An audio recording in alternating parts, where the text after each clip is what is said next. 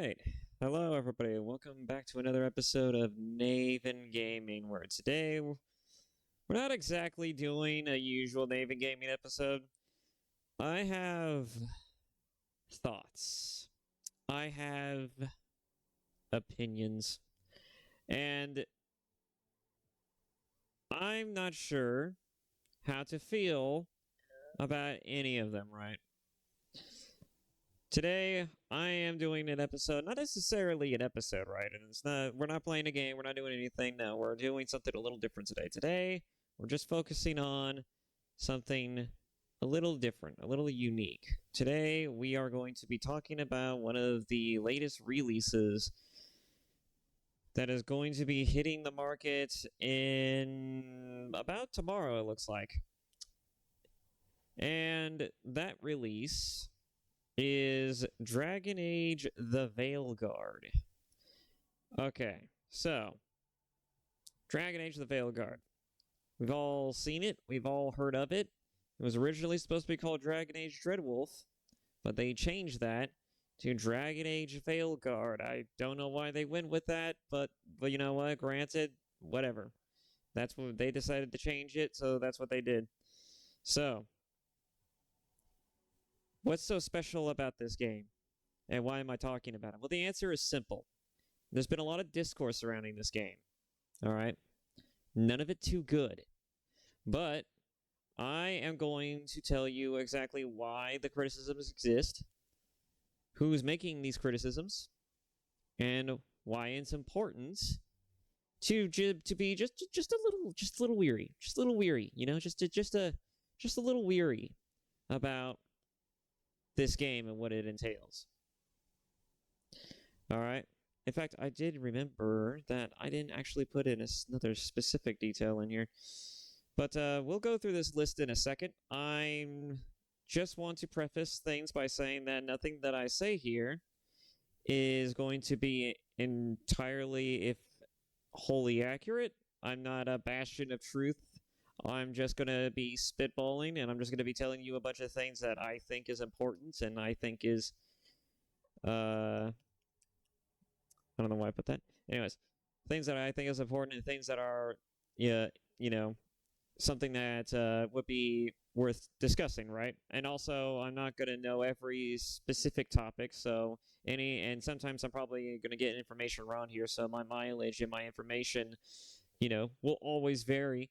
But I did do some looky-loos at the reviews for this game, right? And I have thoughts. But we're going to go through those in just a second. I want to add the last bullet point in here, probably the most, well, I wouldn't say it's the most important, but it's certainly going to be important to some people. At least the people who made this game, clearly. Anyways, let me go ahead and add this.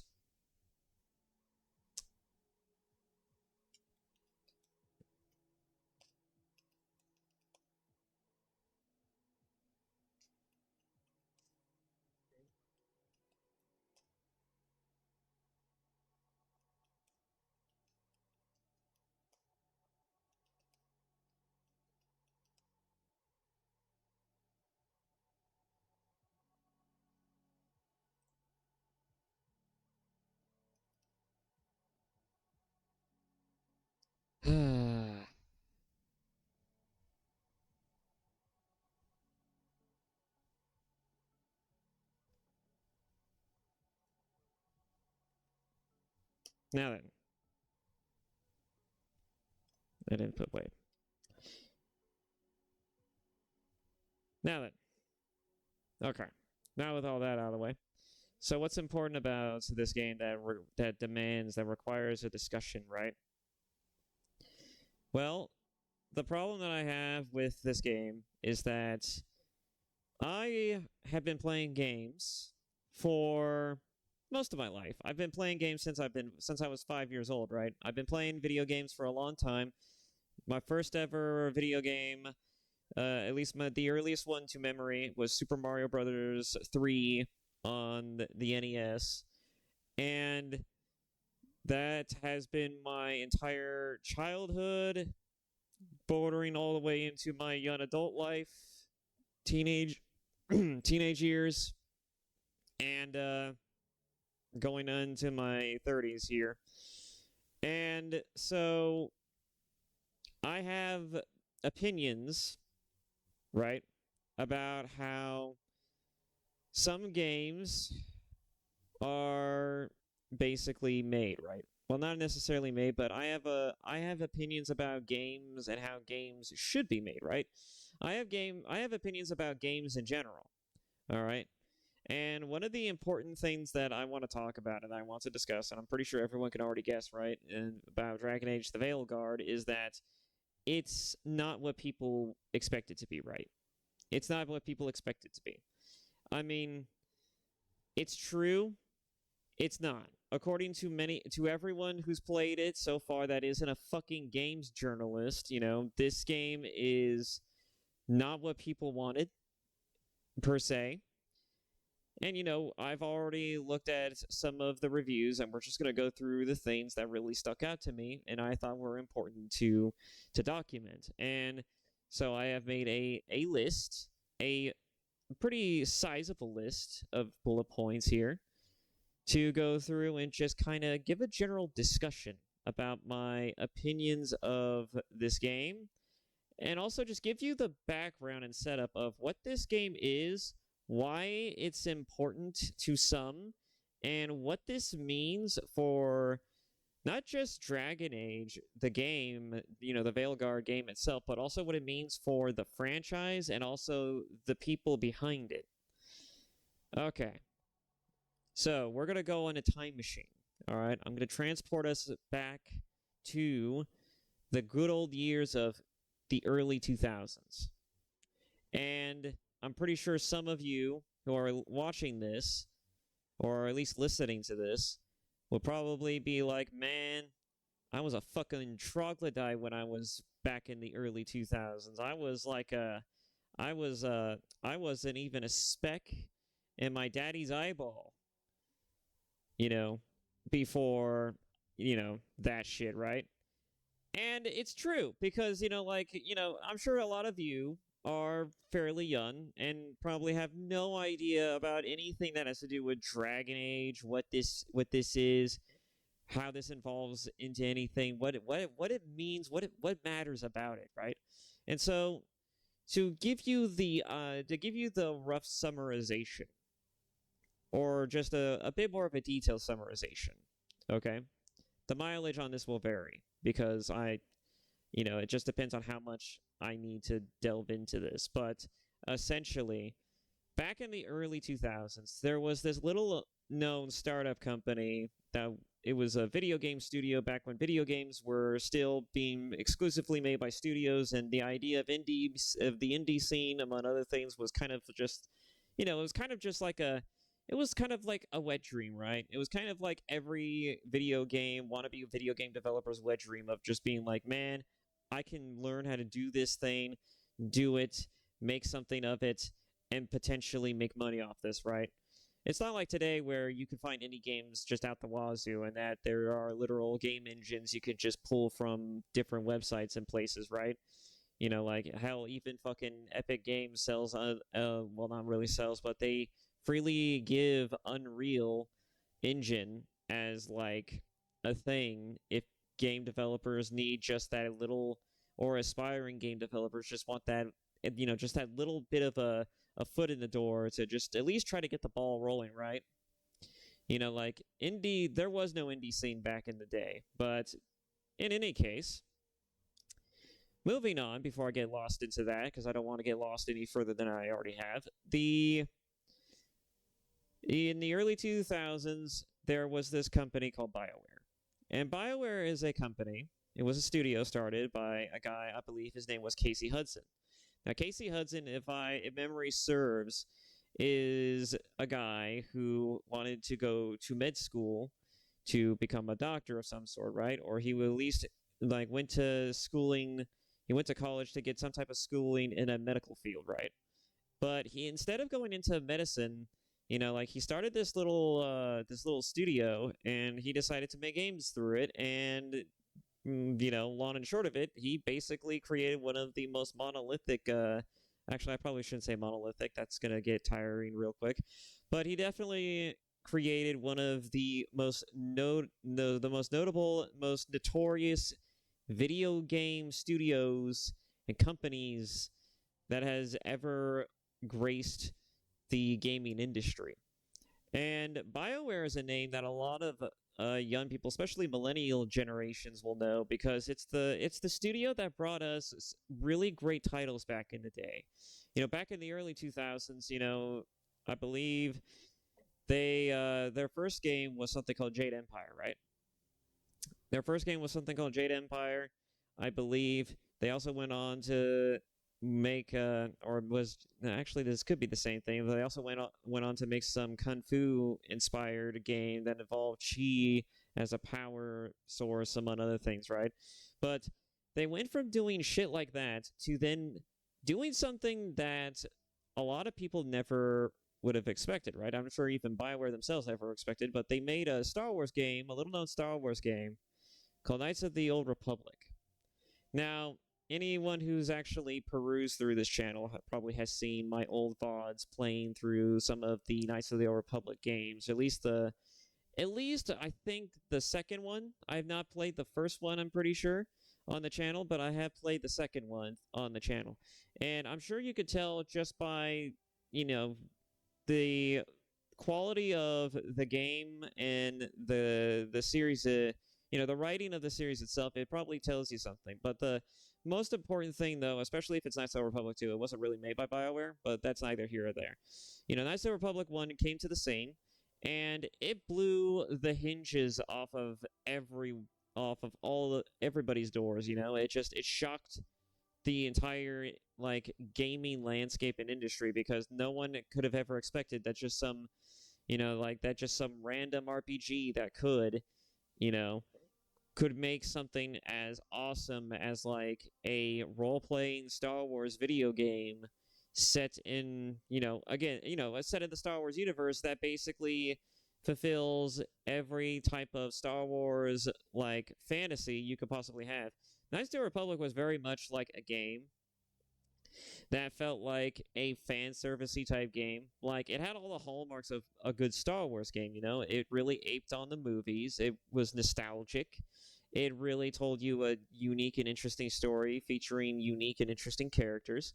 A lot of the core game itself was really just it was all just written so expertly well, and it was so expertly done that it just shocked a lot of people. Just wow, this feels like an actual real Star Wars game where I actually not only get to play in the role of a character of my own creation, but I can also make choices, and those choices can change the outcome of certain interactions and even consequences for some of those decisions, right?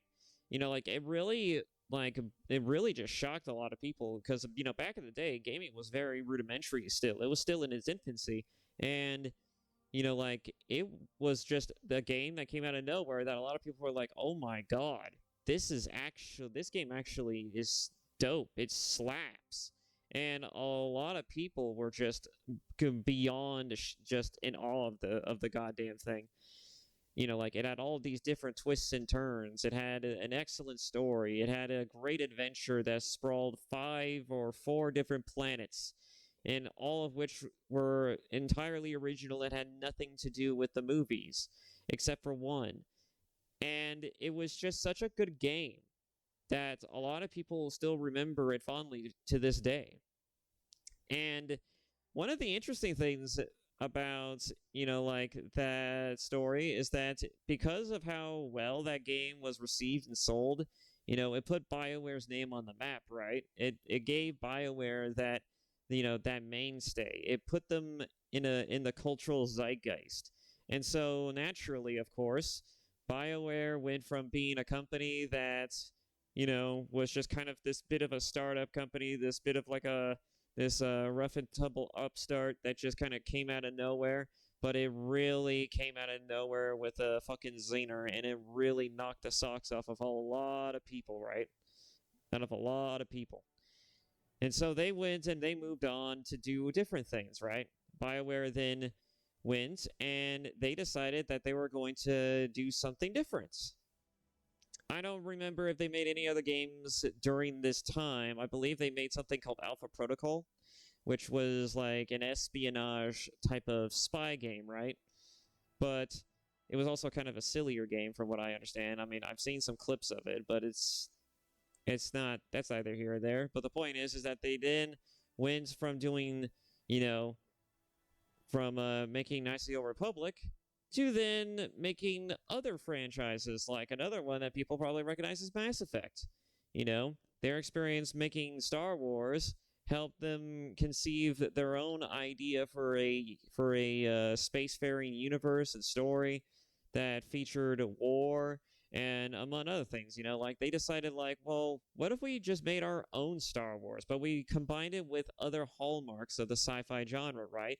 You know, like it's not just got things that made Star Wars good, but it also had things that made Star Trek good. It has things that, you know, a lot of people liked. And so they did that. And that's what birthed the Mass Effect series. And it's so great. The Mass Effect series, it was so great that it basically cemented BioWare as a company that was, for the longest time, a gaming darling outside of Blizzard at the time. And a lot of people, like, when they think of, like, game companies that produce quality, they thought of either BioWare, Blizzard, or fucking Infinity Ward and whatever the fuck Activision was doing, right? You know, or at least one of those things. And so, moving on, as time goes on, you know, like, they then eventually, at some point between their rise to fame, decided to make a little-known title that was based in a fantasy setting that was not exactly like the most graphically intensive, but it was pushing boundaries in terms of, like, you know, like, in terms of, like, what kind of stories you can tell within a video game setting, and, you know, like, what can we, you know, like, as well as, like, what kind of RPG mechanics and ideas can we introduce into video games, just, like, as a whole. You know, like, they wanted to experiment a little bit more, and they also wanted to delve deeper and also create their own established IP. And one of those IP just happened to be a fantasy setting that dealt with like dark, questionable themes about morality, about what is and isn't, like, the right thing or the just thing to do. You know, like, it focused on a kind of like Warhammer, a grim, dark setting about people just trying to survive in the most unbelievable and very inhumane, you know, like, conditions. And, you know, it was basically you know, like, they wanted to make a game that featured, like, humanity surviving in very desperate times. You know, kind of like Mass Effect, only, you know, that was, like, at the highlight. That was at the pinnacle of human and alien existence. This was like the potential, like, you know, like, ruinization of civilization as we know it. And it was at a very sort of like a biblical and very trying time within this game's history. And that's what Dragon Age is essentially was, you know, started off as. It was a dark fantasy story about different cultures, different races, you know, different peoples and different walks of life coming together to make one great stand against a threat much greater than themselves, right? Because in the fantasy world of Dragon Age, you know, everyone's kind of an asshole, but you're the only person who sees the bigger asshole in the picture, and so you have to get all of these other dumbasses to stop feuding over their petty squabbles for like 3 seconds, recognize the inherent dangers that is being presented, and, you know, finally actually give a shit about the problem being presented, right? And that's kind of what Dragon Age was. The first Dragon Age was Dragon Age Origins. And Dragon Age Origins basically wanted to give you, like, it didn't want to give you just another, like, fantasy RPG type setting with just a darker code of, just with, like, with a darker story and a more bloodier kind of coat of paint, right? A more gruesome, gory type of, kind of like a coat of paint. They wanted to give you, like, a game that really sold you on the world of Dragon Age. They wanted a game that sold you on its setting, on its characters, and on the very cultures and inhabitants that helped to bolster and create it, right? And so BioWare had crafted this expertly just well done, well crafted, mysterious, and intriguing setting for its story. All right. And Dragon Age Origins is essentially a game that starts you off as a Grey Warden. You first start off with one of several backgrounds. You can either be a human, you could be an elf, you could be a dwarf, and believe that's about it. And you can also be a mage, but you cannot be a magic dwarf because magic dwarves do not exist in the Dragon Age universe, specifically because dwarves have a sort of negating effect towards magic innately. So magic kind of it just kind of fucks off inherently, but they have just a natural resistance to it. But anyways, the point is that you had these choices, but once you selected what kind of race you wanted to play, then you get to choose what kind of background you wanted to give your character. And the background was important because depending on the class you choose, your background is going to be determined based off of your class. And if you choose to be like anything but a mage, you're going to get a basic background about you grew up in, for example, if you're an elf, you grew up in an alien age, or you grew up with Dalish elves, and you were basically like the hunter or forager, or you're a warrior among your tribe, or you were like a sleuth, you were a sneaky elf-eared individual who was both in the either in the alien age or among the Dalish. And if you don't know what the alien age is basically like human settlements where elves basically live, but they live in squalor and they're basically second-class citizens. But again, getting back out of that for a second, you can either be one of these things, but if you choose to be a mage, well, you will be given a specific choice of either growing up within a chantry circle, because in the world of Dragon Age, mages are not people. Mages are dangerous. They are a danger, and they present a very particular danger towards people and towards humanity, because just like the Psychers of 40k, which is why I love 40k to pieces now, Psychers are essentially I'm sorry. I'm sorry. No, mages are essentially they are dangerous, not just to themselves, but to everybody else around them. They have the same problem that Psychers do, where their power allows them to enter dreams, called the Fade. And the Fade is basically a realm like the Warp, where the demons inhabit. And those demons will constantly try to tempt the mages into essentially imbibing a contract or some type of gift, right? And an untrained mage or magically inclined individual could easily fall prey and victim to these demons and inadvertently become possessed by them or become unwitting slaves or servants to them. And as a result of this, they will end up they'll end up causing more harm than is necessary. Because in the world of, unlike in 40k, at least I don't think like in the world of 40K. In the world of Dragon Age, all it takes is one fucking magister to fuck up the entire fucking world around them. One magister. That's all it takes.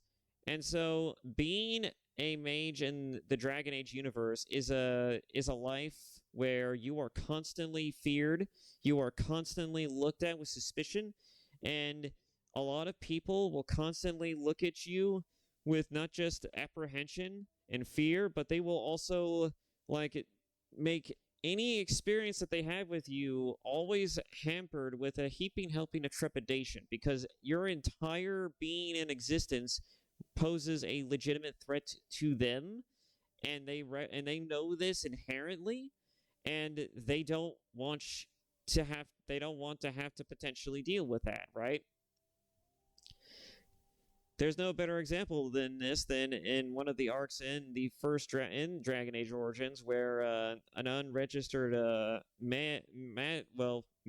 in this case an apostate, that's what they call them. It was a child, and the long and short of it is that a child, because they decided to sequester him from the prying eyes of the general public, and because they didn't want him taken away by, the Chantry, they decided to keep his gifts a secret, and they decided to hide him away and hire a apostate mage, an equally apostate mage, to help train the boy to basically control his magic gifts, right?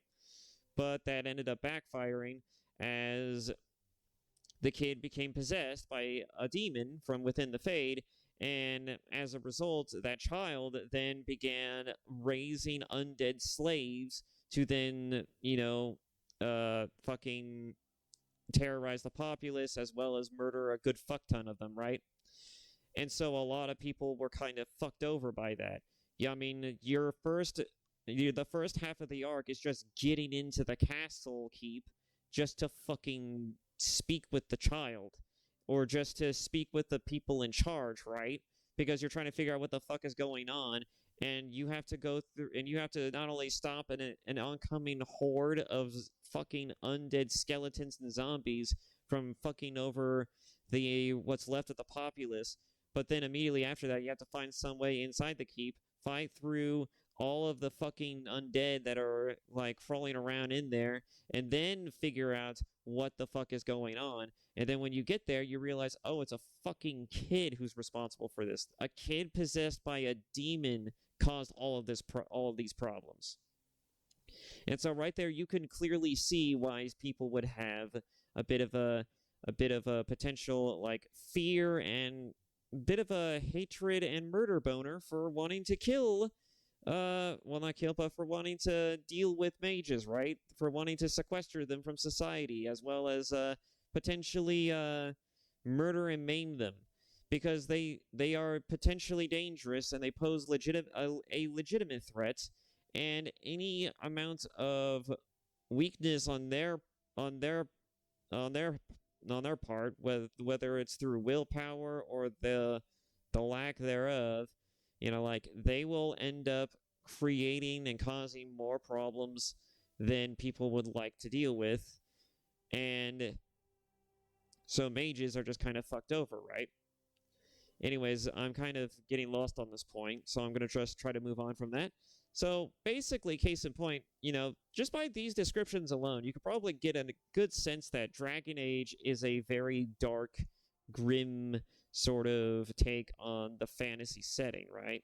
And it's the medieval fantasy setting, and it's a really interesting story. And it has a really interesting story because you start off as a Grey Warden, and the Grey Wardens are essentially like inducted into the service through several different means, but the biggest reason for why you're there is because of no fault of your own, really, and you're kind of forced into it more often than not.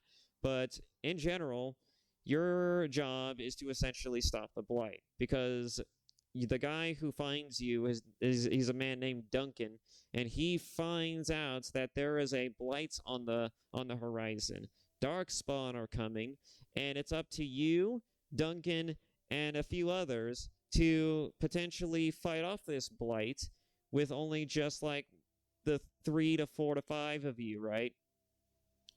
And half of you are going to be new recruits, potentially. Now, I use the word potentially in quotations. But the overall gist of it is that as a result of you having a quick basic training on and hash up, essentially a summarization of what you are, what your new job in life is, and what you're going to be doing and how you're going to accomplish that, you're then hastily hurried into going through the ritual steps to becoming a Grey Warden, and oh presto changeo, as a result of the ritual, every recruit dies except you. And one of them died not because of the ritual itself, which, if you want to know what that is, they basically had to drink Darkspawn blood. Yeah, that's right. They had to take a chalice of blood, and they had to sip from that, and then watch as one of the recruits' entrails and bowels essentially melted, and they basically became, they died. So that happened, and then when the other guy didn't want to do it because he's like, oh, dude, I can't die. I have a family. And Duncan's like, you know the rules. Once you begin the ritual, there's no turning back. I'm sorry, but you're gonna have to die. And so he murks him. He murks him right in the spot. And there was a bit of a fight before that, too. Like, the guy was literally fearing for his life. He's just like, I don't want to die. And he tries to take a swing at Duncan because Duncan's coming at him with a blade and everything, ready to fucking kill him. But then Duncan swerves away from that shit, and he just stabs him right in the gut. And he's just like, and he just like whispers in his ears, just like, I'm sorry. And then he fucking kills him. Just fucking killed him. It's just like, god damn. And then you're left there, be the only recruit who hasn't done the chalice drinking. And then you realize, well, shit, it's either I drink the chalice of blood or I fucking die. I guess I'll drink the chalice of blood. So your character does so.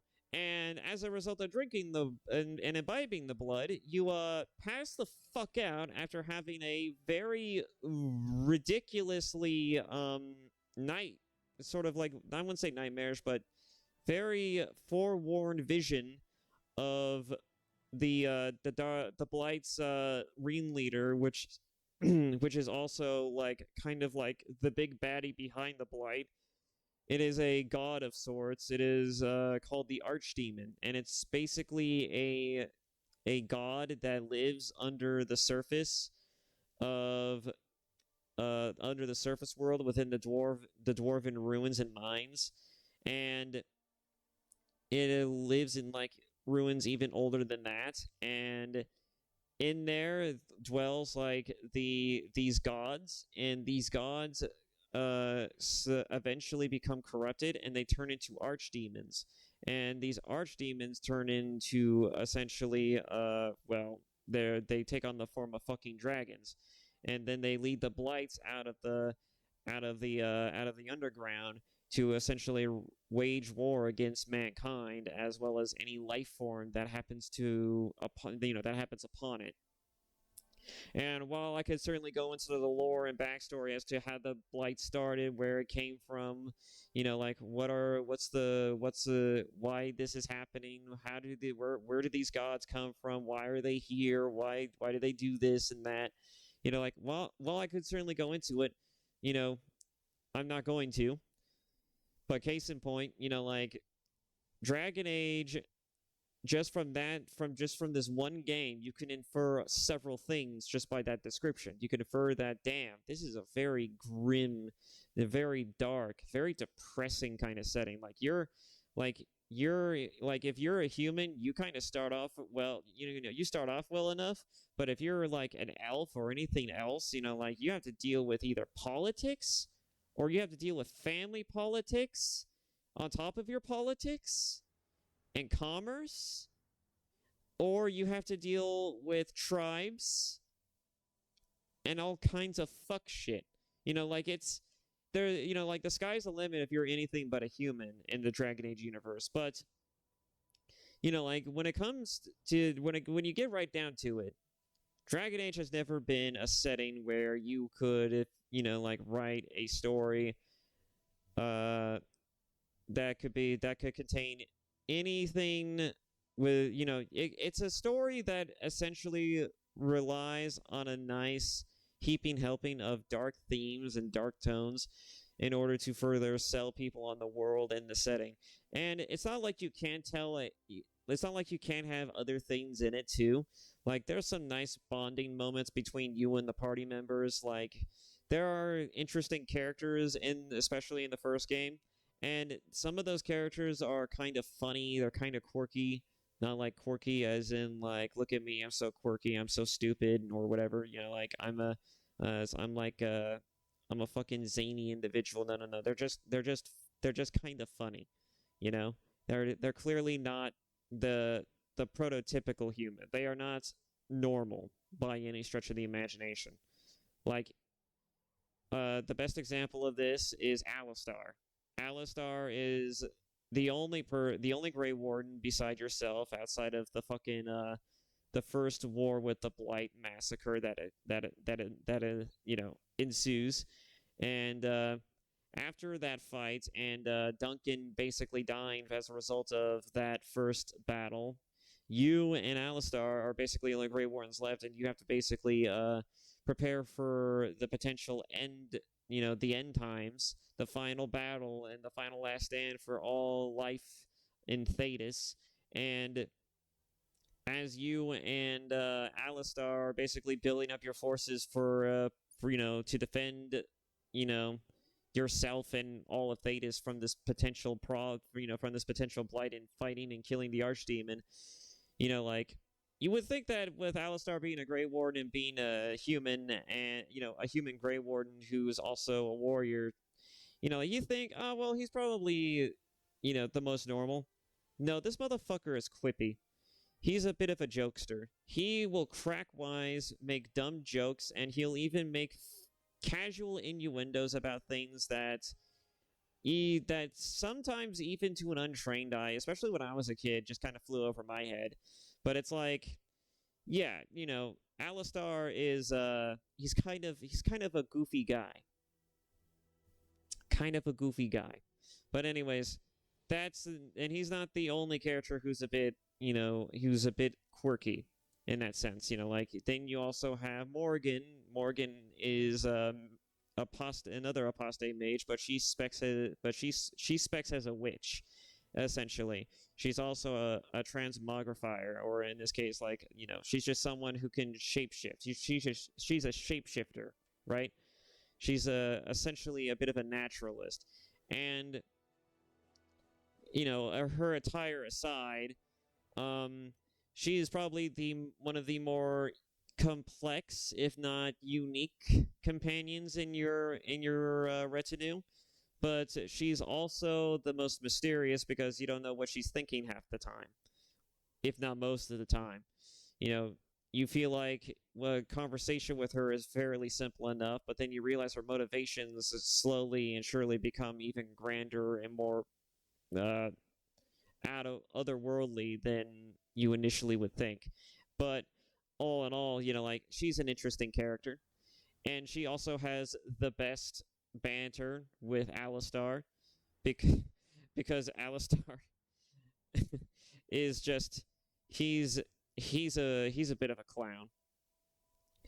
I think one of my favorite lines between the two of them is, like you're talking with Alistar after, like you wake up from the trauma of that previous battle with the Blight, and you're talking to Morgan's grandmother, and I'm not going to get into that either.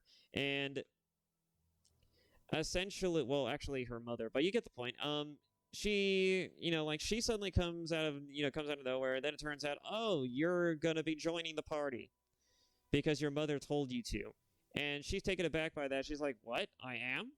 that, but then who's gonna protect you from the bunch of other shit? And it's just like, oh, like I need protecting. And if you know the backstory of that bitch, goddamn, no, she does not need protecting. Moving on from that though, there's this funny little exchange afterwards where Alistar then immediately looks at her, and he's just like, "So, what can you know, like you ask her a question. You're just like, okay, so what can you do?" And it's just like, "Oh, I could do all kinds of things. I can transform into a bird, maybe a dog. I can mingle with the wildlife. I can also cast magic and all different types of spells." And then Alistar immediately chimes in. He's just like, "Can you cook?" And then she looks at him with this sort of like with this look of like just this bitchiest look, and she's just like, and she's just like, "Yes, I can cook."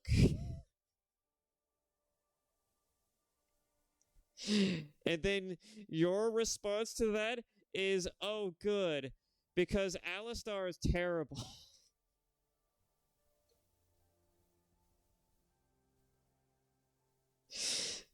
Goddamn. Anyways, moving on from that. So, witty dialogue aside, yeah, the games do have their moments of weakness, their moments of filling you up with intrigue, doubt, existentialism, and potential like questions of like, well, did I handle this right? Maybe I could have handled this a different way. Would the other way have been better than this? Like it, because there's no good or bad decision in Dragon Age. There's only the what ifs.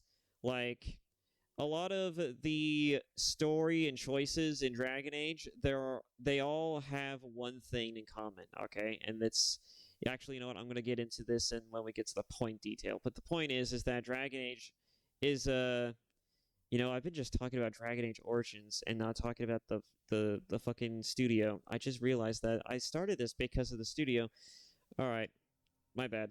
Let me reframe. Okay. Sorry, I went on a bit of a tangent. So, yeah, you get the point, right? So, Dragon Age Origins, BioWare made it. As you can clearly tell, one of the coolest games ever made at the time. And then they went from making that to making, Dragon Age 2. And Dragon Age 2, granted, like it wasn't made by the A team. It was made by the B team of BioWare, because BioWare got so good, so great that they did, that they opened up their own second studio, and it's basically Dragon Age B Team, we'll call them, because I don't remember what their fucking name is. They're usually named based off of location. Like how, like, some companies will go like, this is, for example, BioWare, like, this is like BioWare the studio, and then, or BioWare HQ, and then this is BioWare, BioWare Austin, or BioWare, huh? Oh, I'm sorry. It's been an hour. That's how you know it's bad. Anyways, so yeah, they are either BioWare Austin or BioWare whatever the fuck, right? So, actually, I think BioWare Austin was actually the studio now that I think about it. I don't know. Anyways, point is, moving on. Moving on! We're moving on. So, they went from doing that to making Dragon Age 2. Dragon Age 2 was made by their B team, and they basically asked the question, of course, of like, okay, so we'll make this fucking game, but we're gonna make it a little different from Dragon Age Origins. Like the Dragon Age Origins was more like a tactical RPG. It was more like a strategy game with RPG elements, right? Well, it's more like an RPG with strategy game elements, right? Well, we're gonna go and not do that, and we're gonna instead focus on more like action RPG-ish kind of gameplay mechanics, right? And instead of writing a story that feels like like a totally dark and grim story, we're gonna just write a character action and character focused story about a guy named Hawk canonically, because his last name is Hawk, and so everybody refers to him as Hawk. So he's kind of a named character, but you get the point. Like just like how Commander Shepard is named Shepard. But anyways, so you play as Hawk, and Hawk is essentially, he is a very pivotal character for what is to come within the story of Dragon Age. And one of the important bits here is that, this particular Dragon Age installment was not meant to be a sequel to Dragon Age Origins. It was not initially in its inception. Dragon Age Origins was made by BioWare in-house, but BioWare B Team was like, we're just going to make a game that's different from that, and we're just going to call it something else, right? We're not going to call it Dragon Age 2, because that'd be fucking stupid. We're going to just make this a fun little spin-off title, right? Since they gave us the green light to make a game, right? And then EA called them up and was just like, "Oh, you're working on a Dragon Age game? Great. Can you maybe add all these other weird bits in here, and also can you also do us a favor and also just instead of calling it like something else, make it a mainline title, make it a sequel to the original, make it like a continuation, make people feel like that they're about to get the next installment to a story, right?" To which the studio, I'm sure, was fucking annoyed and flabbergasted and a bit peeved in equal measure. But yeah, that's essentially what happened. They went from making an offshoot game to then suddenly oh, you're making a sequel, but we're already so far in development. No, fuck you. Electronic Arts, ladies and gentlemen. You see why I fucking hate that company. Actually, you probably don't, because I don't talk about EA very often. When I do, it's with every fiber of my being trying really, really hard not to show my contempt for the goddamn thing. But anyways, yeah, so, with EA being EA, this they had to make Dragon Age 2, a sequel, canonically, and though it wasn't initially supposed to be that way, they kind of had to run with that, right? And so the game was made and was released to the market, and a lot of people were kind of peeved by it, because it was a little different from it was just a little different from the original game. It's a game that basically was more action focused. Its RPG elements were kind of light. It was kind of not that fun to some people. And it also, a lot of the combat encounters didn't make any sense, because you would just randomly be accosted by criminals for no fucking reason whatsoever. And you started to question, based off of how the world map worked, that most of Kirkwall, which is the town you will be mostly inhabiting, was filled to the brim with nothing but criminals, right? There weren't any good people or decent folk in these cities. They were all fucking murderers and psychopaths. Because, they had to make this game on a budget without a whole lot of time. And so, guess what's gonna get axed, right? Sense. A lot of sense is gonna get axed. Anyways, point being, with a lot of weird technical hiccups and some weird questionable decisions on on BioWare, on the game developing side, and as well as the BioWare storytellers, writers part, Dragon Age 2 was not received that well to a lot of people, especially fans, and so naturally, their response to that was oh, well, shit happens. I remember that the person who was at the head of that studio, which I believe was a woman at the time, she received a lot of death threats for making that game, and that's kind of sad. That's actually kind of a little sad, but anyways, the point being is that, it went from that to then, they eventually, recuperated. I don't know about what happened to the studio. I don't know what the studio's doing, if it even still exists. I don't even know if those people have left and moved on. to do something else, or most of those people anyways. But what I can say is that like Dragon Age 2, at least in my opinion, wasn't as bad as a lot of people made it out to be. Like, to me, Dragon Age 2, I mean, this is probably also controversial for some other people, like the Actman, for example. He fucking hates that game, but I didn't actually hate it. Dragon Age 2, it was kind of I wouldn't say that it's the funnest game I've ever played, but like the focus on action elements was not too bad. Like, I like the weight and feel of attacks. Sure, the combat feels a little weird, and combat looks kind of floaty more than anything else. It's also kind of weird, but it's it at least captured a feel of like the oomph and the sheer sort of magnitude of a strike, which is pretty awesome in my opinion. But that's like moving on from that though. I also think that the story, while it certainly had its ups and downs, it certainly wasn't terrible. Like, I think that, at least at the time, like, its focus on a more character-focused story was not a terrible idea. In fact, it was a pretty interesting one. It was a unique idea, and it was one that I don't think was was at all doing itself any disservice or no favors. I think it actually did a good job at selling you on the sheer magnitude, as well as the potential what's the best way to describe it? They really throw you for a loop with this game, because while they do the utmost to make your character feel like a very important character and individual, while simultaneously being the only sane person amongst a town of fucking crazy people, a lot of your decisions, a lot of things you try to do never end up working out, and so you kind of get fucked over anyways, right?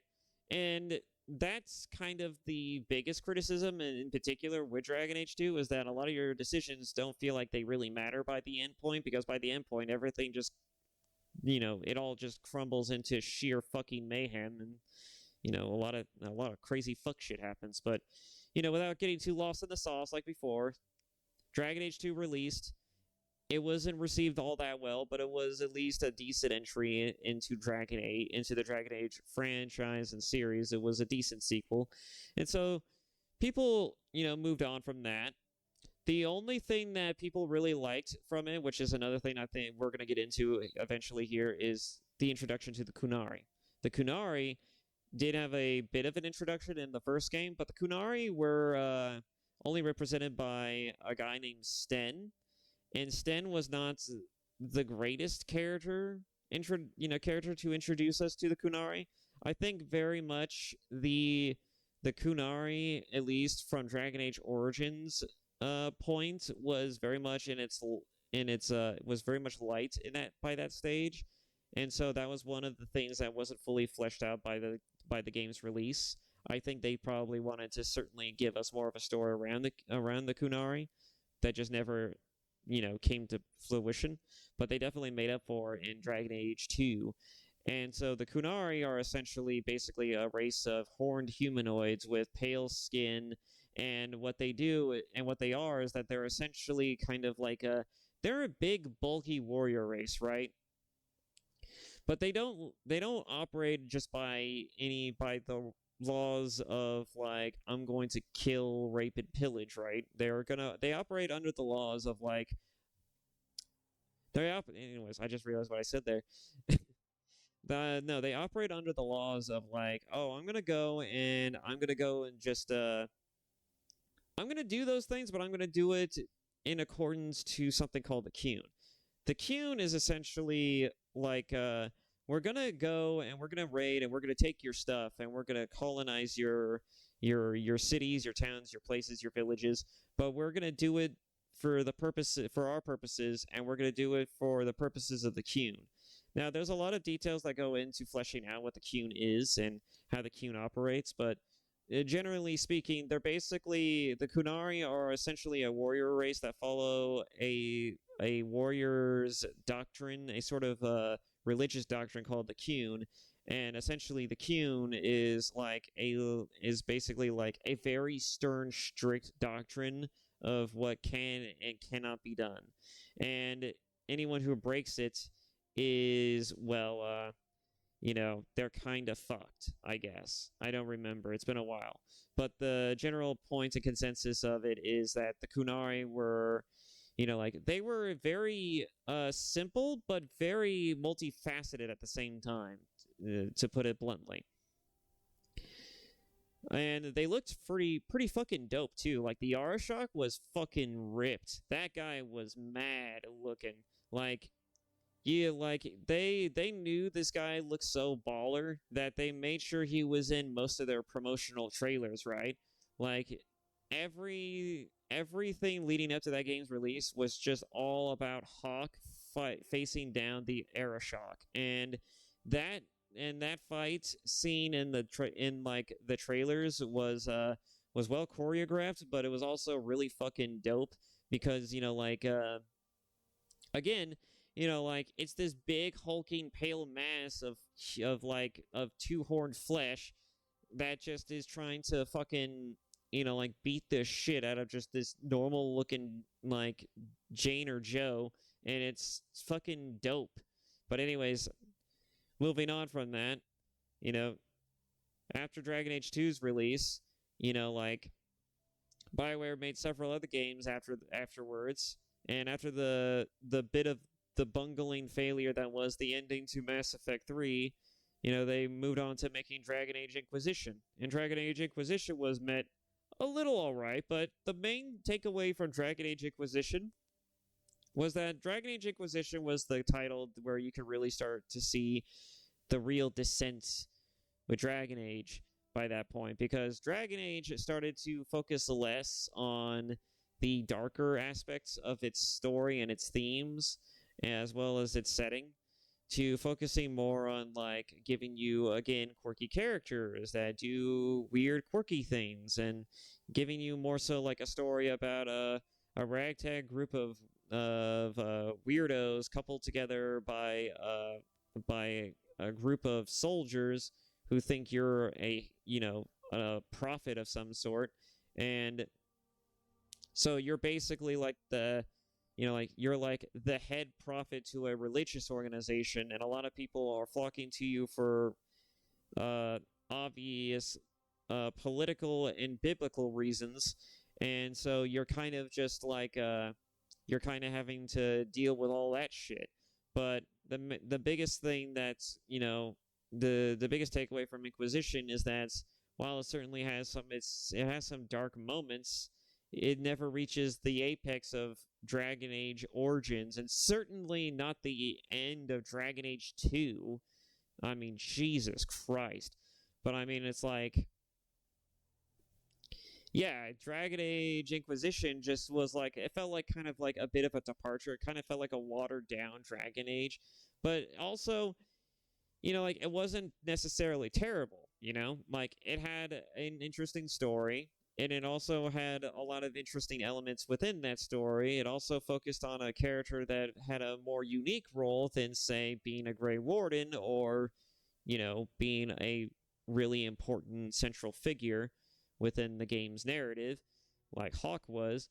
Instead, the main character you play as is he's someone who was just randomly deified by mistake, by coincidence, as a prophet, and because of that, you then have to lead an inquisition that essentially thinks you're some type of prophet, and you have to kind of deal with that in whatever way you so choose. But at the end of the day, it's kind of fucked, right?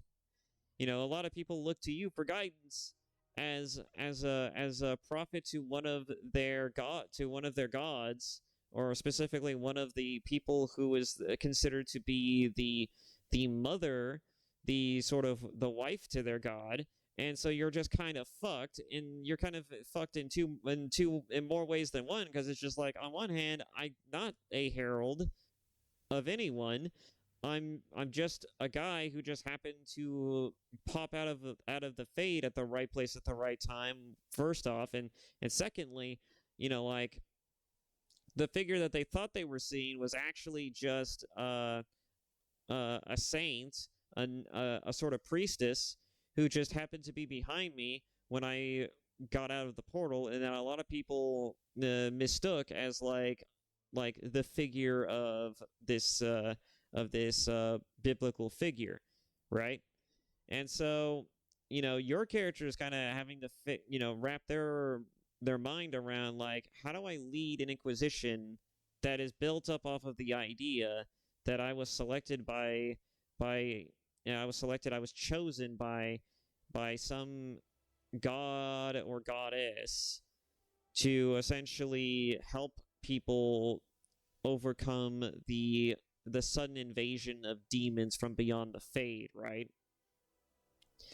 And so yeah, it's Inquisition's a bit of a weird thing to unpack, and there's a lot of political roundabout bullshit and fappening. Like a lot of Inquisition that I would have to argue that I think takes away from that game is that there's just a lot of talking. Like there's a lot of talking.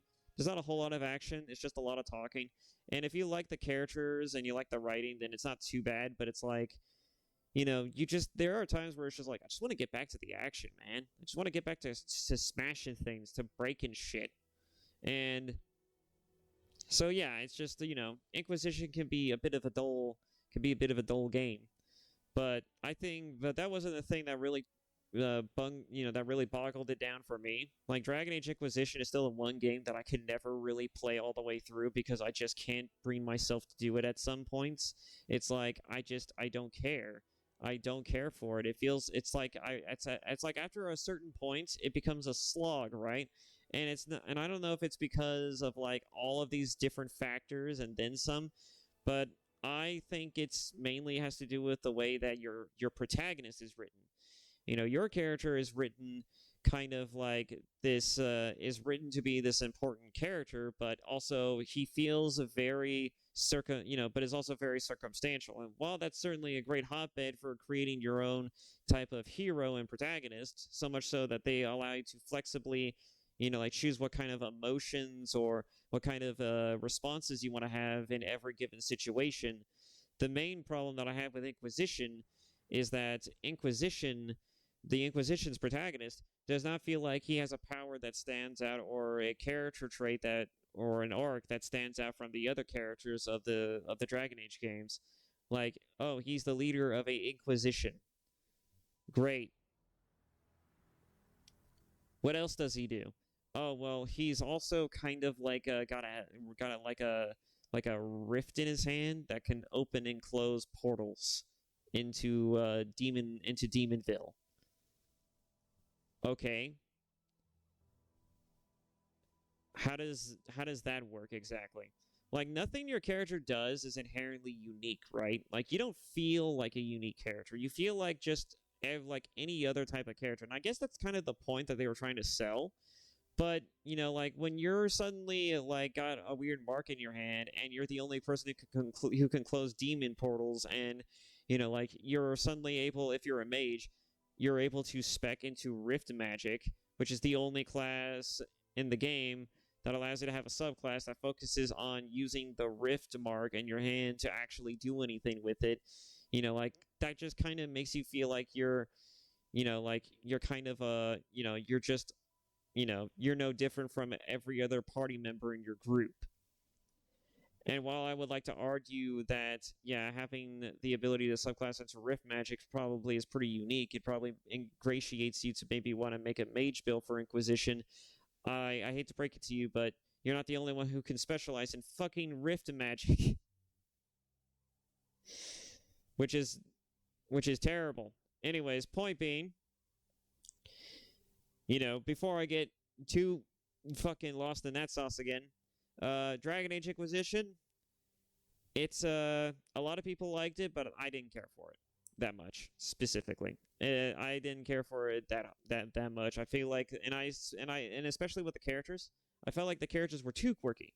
Like, to me, a lot of the problems that I have with Inquisition is a lot of the problems we're going to get into with Veilguard, which is that the characters are too quirky, or they're just too flat because they're quirky. It's like, well, if everybody's special, then nobody's special, right? Somebody's got to be the sane person of the lot. Someone's got to be the straight man of the group and be like, guys, get your fucking shit together. We're trying to accomplish a mission. We are on a quest with the Herald.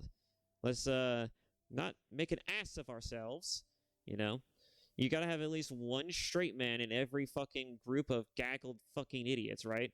Because otherwise, it just feels off-putting. It feels like you're with a band of fucking miscreants. It feels like you probably should be in, like, a fucking continuation school or a fucking, like a special needs school. If anything, right? It feels like you're just a guy leading a band of crazy people. But again, moving on from this, Dragon Age Inquisition, again, was not received terribly, and it was a lot of people really liked the game. All right? So, what is so wrong about Veilguard? All right, now that we've gotten through all of that bullshit for like an hour straight, what is so bad about Dragon Age Veilguard that I had to spend a fucking hour talking about, like, Dragon Age, the series, the lore, and some of the other bits about it, right? The bits and bobs of it. Well, Dragon Age, the Veilguard, we're going to go through it point by point, is a game that, according to many people, has a myriad of problems. And the myriad of problems is the myriad of problems that, funny enough, I started to see with Inquisition. And so a lot of the things that I didn't like about Inquisition, I guarantee you are featured in this game just to its maximum. And so if I were to play this game specifically, I'm pretty fucking sure I would hate it. I would hate it with every fiber of my being. I would genuinely fucking hate it. And that being said, I've never touched the game. I've never played it. But I can tell you what the myriad of problems is according to what reviewers had to say about this game. And if anything is that they've said is anything to go by, this game feels like it's a really shit game. It feels like a really shit game since Inquisition for me. And I don't want to play Inquisition just with a lot more shit in it, right? I don't want to play a shittier Inquisition. So, let's get to the bullet points of the biggest problems that stuck out to me when listening to reviews of this goddamn game, right? First things first, the gameplay's fundamentally different from previous installments. So when I was looking at the reviews for this game, and I was looking at some of the things that seem to have stuck out to me, one of the things that stuck out to me was that watching the gameplay of the review, I noticed that the gameplay is very different from any other Dragon Age game. And this is something that they talked about extensively in all of their interviews, right? That the gameplay was going to be different. It was going to be more action-packed. It was going to be more focused on action. It was going to feel more like a character action game. So much so that you can only control your character and you couldn't control any other character, right? And you can use other characters' abilities, but that was about it. Like you had no legitimate control over what other characters did in combat scenarios, which is kind of disappointing, but, that's neither here or there. Overall, the switch to an action-focused gameplay is not inherently a terrible one. There are some long-running franchises that have done that switch, and the biggest one that is notable so far is Final Fantasy. And Final Fantasy 15 is a game that basically went and made a switch from, the classic turn-based RPG mechanics to the character action stylings of something you might see from Devil May Cry. In fact, the main combat choreographer, I believe, for Final Fantasy 15 was the Devil May Cry choreographer, or one of them who worked on Devil May Cry 5 in particular. So there you go. But the point is that Final Fantasy 15 plays a lot different from other Final Fantasy titles, even different from Final Fantasy 7 Remake, right? And so a lot of people, I haven't heard a whole lot of ill things about the combat system in Final Fantasy 15, but I have heard that it's a mixed bag. Like in terms of like, well, it's fun, but it doesn't have a whole lot of well, actually, I don't remember all of the criticisms about it now that I think about it. But the point is that I do remember hearing a lot of good things about the combat system, but I don't remember hearing anything too glowing. But I do remember hearing that there were some interesting criticisms about it.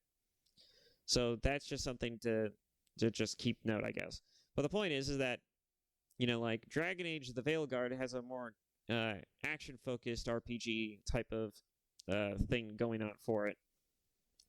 And according to most people who have played this game, they say that it's kind of garbage. The combat is legitimate garbage. Like, it's so bad that it's... I wouldn't say that it's not fun, but that it feels tedious. Like, everything doesn't die quick enough.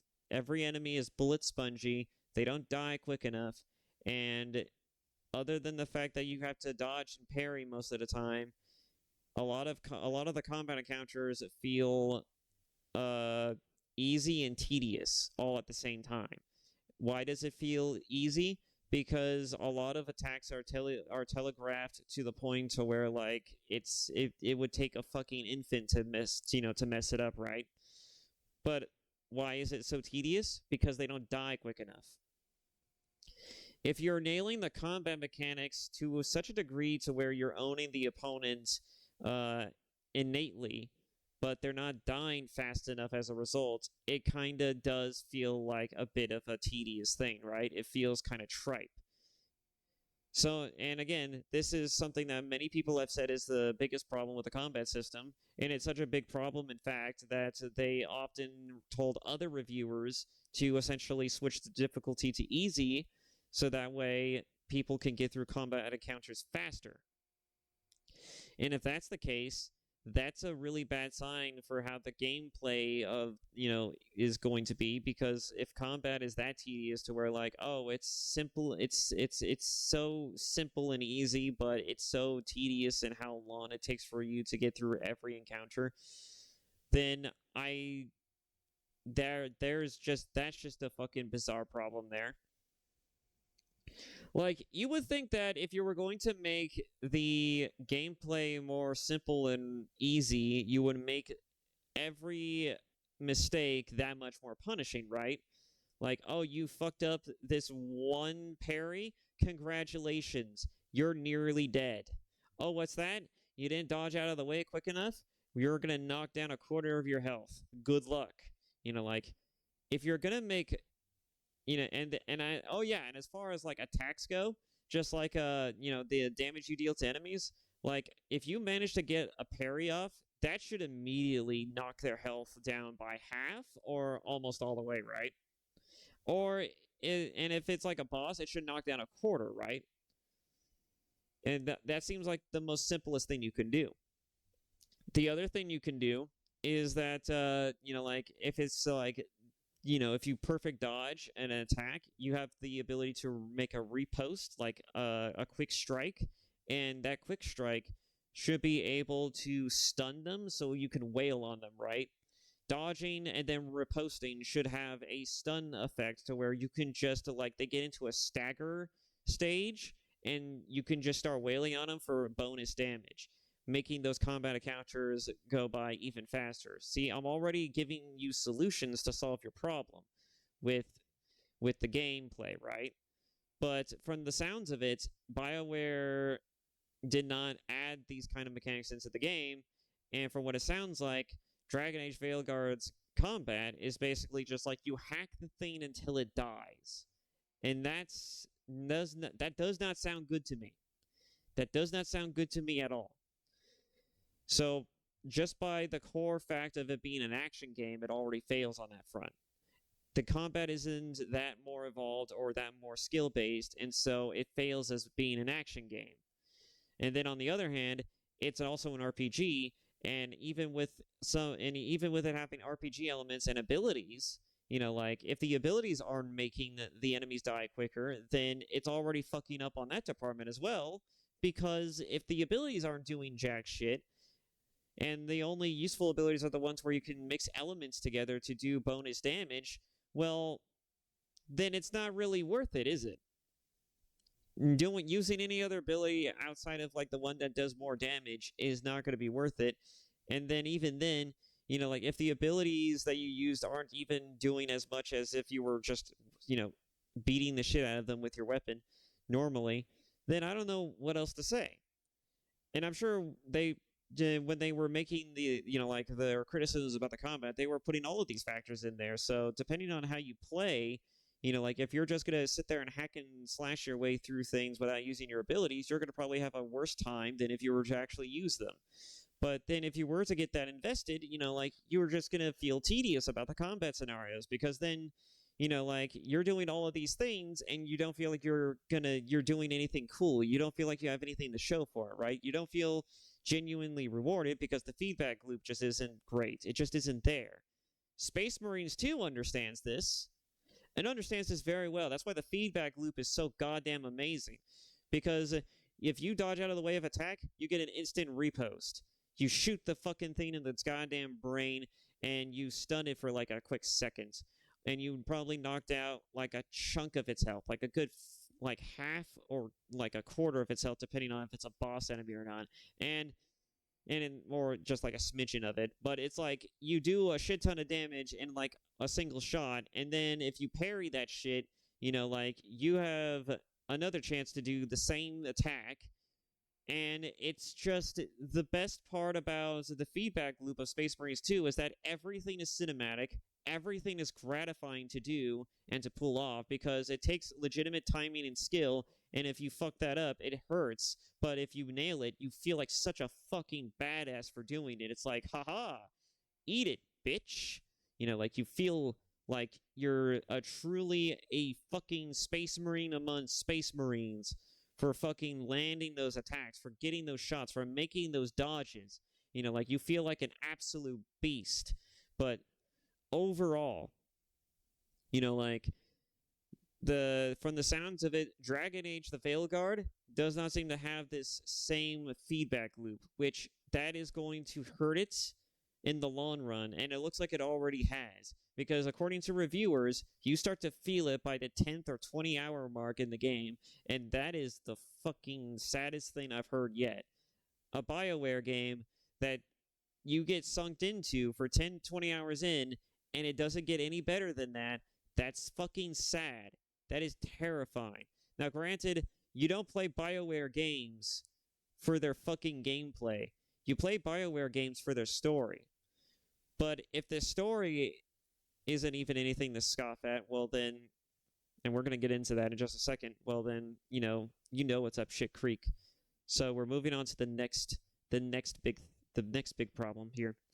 The dark tones and themes are non-existent. The biggest problem that I'm hearing across the board with the reviews for Dragon Age so far is the fact that the dark tones and themes of this game are just not there. They're just non-existent.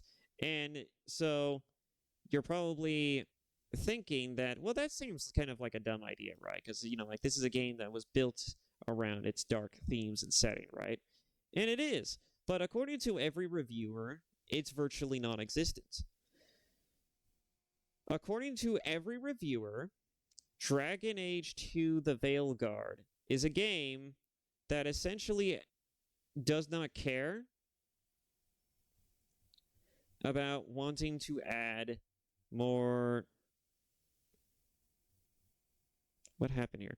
It does not seem to care about... I'm sorry, that was just so distracting. I got fucking confused for a second. Anyways, so Dragon Age The Veilguard essentially has a problem where the dark tones and themes are essentially been replaced with light, fluffy, happy stuff, right? And that's kind of a problem because, again, we're working on a grim, dark fantasy setting.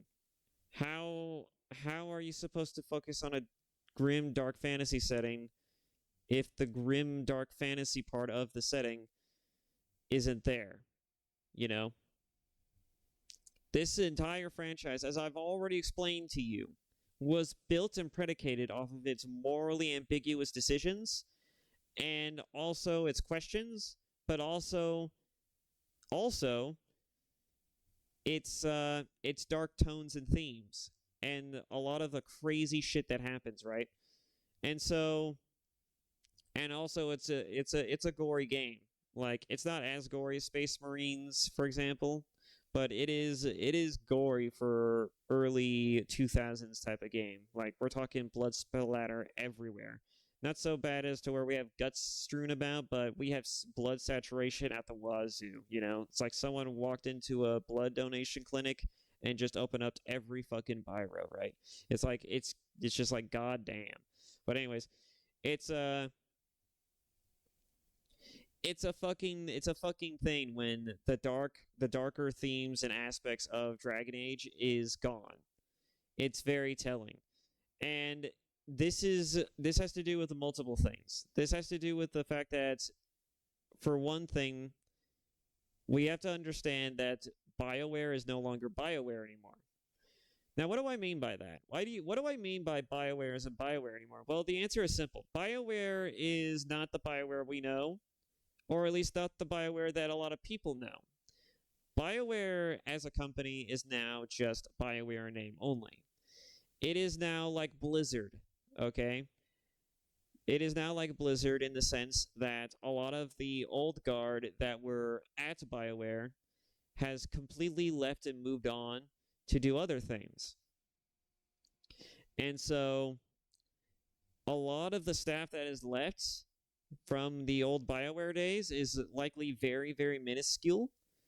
And a lot of the people who are there now are new employees. They are new people. They are people who honestly have probably never touched a game in their goddamn lives. Or if they have, they've played probably light, fluffy games like fucking, I don't know, Viva Pinata, The Sims, or Mario Party or some shit, right? Or maybe they played fucking Party Animals or something, right? I don't fucking know. Because the biggest problem with Dragon Age the Veilguard is that it cares so much about selling you on a grand adventure with just like your buddies, like it's your standard RPG fare, that it honestly really puts you off. It certainly puts me off. Like the idea that I'm playing a light, happier version of Dragon Age it really throws me for a fucking loop, let me tell you. Just the idea of it, all right? Because again, I preface this. I have seen some shit from this franchise. All right? If I had to come up with an equivalent of this, it would be like if someone made a Warhammer 40K game, right? And on the likes of like say Rogue Trader, and no. Yeah, actually no, yes, this works. Okay, hang on, wait. Okay, so it would be on like the hands of like say Rogue Trader, only instead of it being like, you know, like Warhammer 40K as we know it, it's like, oh well, you know, like every character is like stupidly quirky. Like stupidly quirky, makes no sense for why they're this quirky, and they're just zany for no reason. Like one of them is like always talking about somebody's trousers, for example. Or one other NPC is in your crew is supposed to be a inquisitor, and they have a lot of terrible power and a lot of things that go with that, right? Because they're inquisitors, right? They're basically like sanctioned they're basically like sanctioned detectives by the ecclesiarchs, and that have both governmental status and also religious power. And so they have a lot of power in their fingertips. But the Inquisitor is essentially like the wimpy shy kid who has no fucking clue what the hell he's doing. And he basically demands that you constantly respect him, not because he's threatening, mind you, but because he genuinely has a problem and he wants you to respect it, right? He's like, I need you to stop yelling in my face. I have a problem, and that problem is stress. I have some type of stress related problems. Like, I don't fucking care. You're an Inquisitor. Get over it. You literally hold the power of life and death on the hands of like fucking planets if you wanted to. You are literally at the pinnacle of the apex of what power could be afforded to a person. I don't have any rhyme or reason to care, right?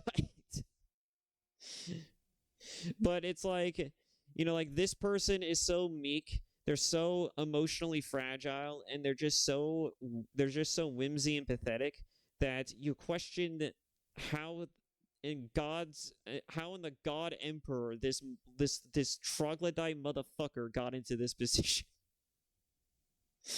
And if that isn't top it off, just like in Rogue Trader, which I haven't gotten to yet, they're going to give you a Space Marine. And it's like, oh, cool. Finally, a fucking dose of some heaping helping of like, fuck this shit, I'm out, testosterone levels of like, I'm done with this shit, right? I'm fucking done with this shit.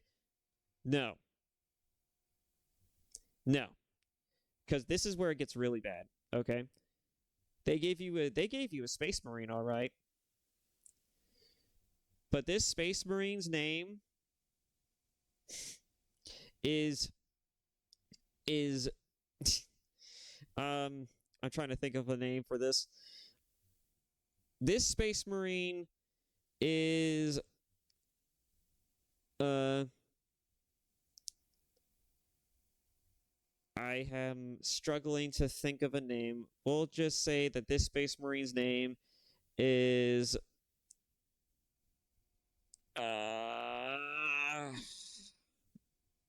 we'll just say that their name is Samantha. So this Space Marine's name is Samantha. Where did Samantha come from? Why is Samantha? Why is Samantha a woman? How could a Space Marine be a woman, right? It turns out, according to their backstory, that from when you were interacting with them, they were once a male, but then they transitioned into being a female after becoming a Space Marine. And after transitioning to becoming a female Space Marine, they then decided that they would create their own chapter, their own successor chapter, that basically takes all of the other quote-unquote sisters that also felt alien and foreign in their rather testosterone-fueled fucking hyper their testosterone-fueled hyper masculine, very very much genetically modified bodies. And they decided, you know what? I like cute things. I like pretty things. I like happy things. I'm going to go and I'm going to transition into being a female, and I'm going to take my other sisters with me. We're going to all transition, and we're going to be we're going to be known as a Space Marine chapter of just transvestites. And they're gonna paint their armors shades of white, pink, and rainbow pauldrons.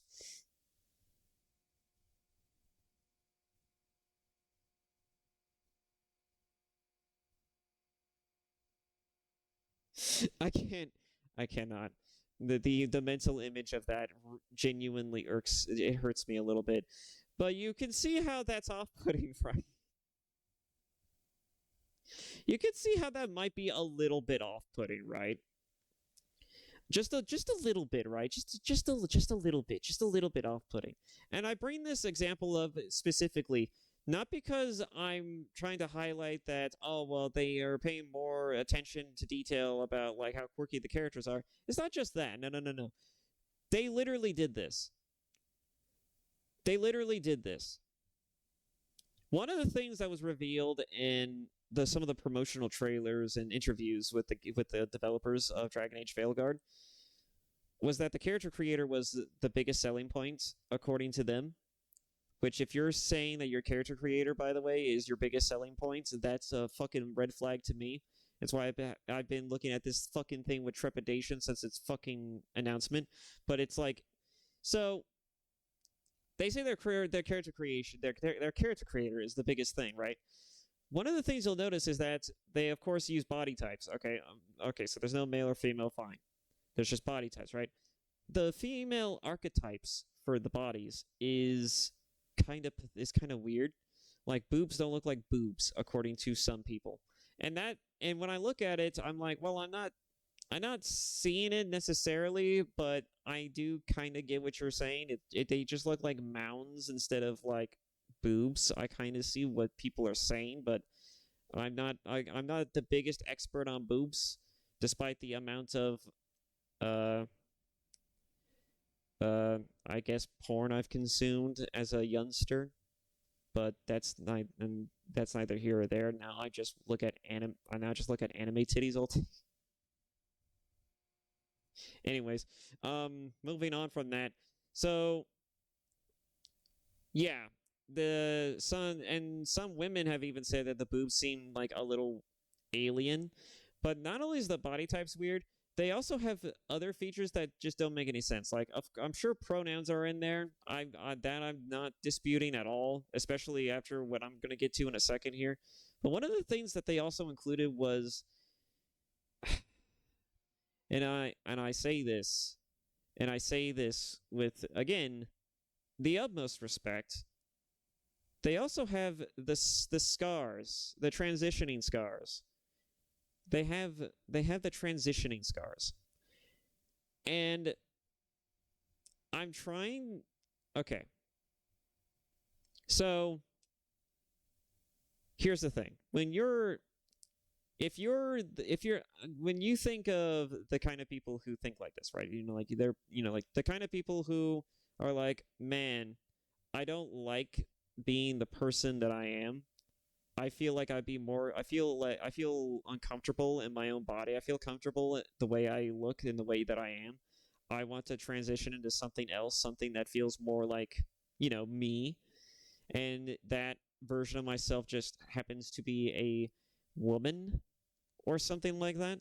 Like, I'm pretty fucking sure that if you're someone who genuinely believes, thinks, and wants to transition into being a completely different person, to the point to where, like, you want to literally change and modify your entire body and features to accommodate that, you're probably not going to want to be highlighting the fact that you did that, right? Because again, we have to think about this from the perspective of, like, what's the best way to describe this? Let's use a gamer as an example, right? You're playing a video game, right? And you made a character, right, in the character creator.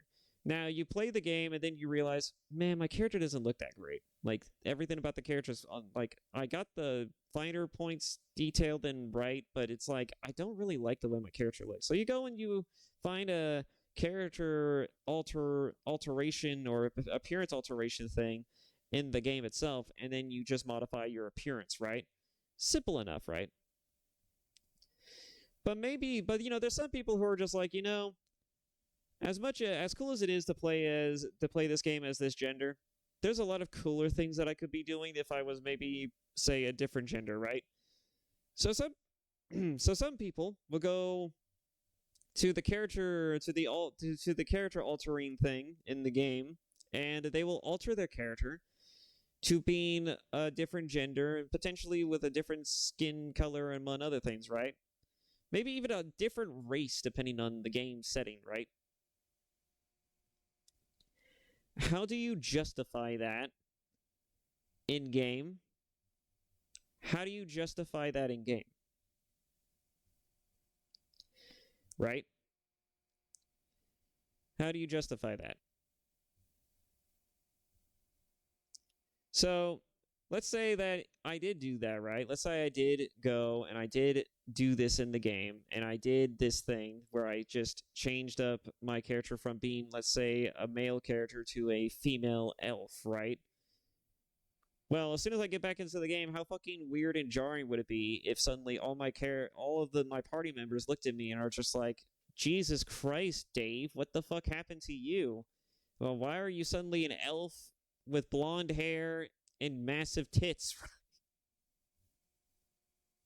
why what happened to you? Why do you look like that all of a sudden?" That kind of takes you out of it a little bit, right? That kind of fucks with the experience, doesn't it?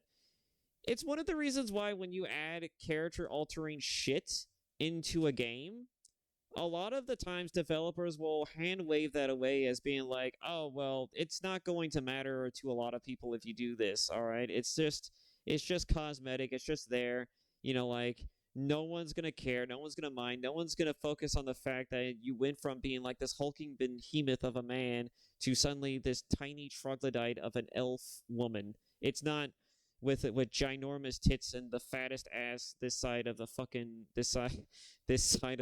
region. It's like no one's gonna focus on that, right? Because they have to do it that way. They have to do it that way because again, that just takes you out of it, right? It's jarring. It's too jarring to suddenly have characters suddenly focus on that, just like, hey, you look a little different. Because their reaction, by the way, is also imperative to how realistic that feels. Because if on one hand you did change your appearance and then you went back to your party members, their reaction to it, if it's not like, "Damn, Dave, you look a little different. How like it looks what'd you do? Cut your hair?" Like, if you went from being a tall ass man that's big as fuck and looks like he could probably pick up and throw the world if he wanted to then being a small elf woman with ginormous tits, like them being like, "Huh, Dave, what happened? I can't quite put my finger on it. Did you cut your hair?"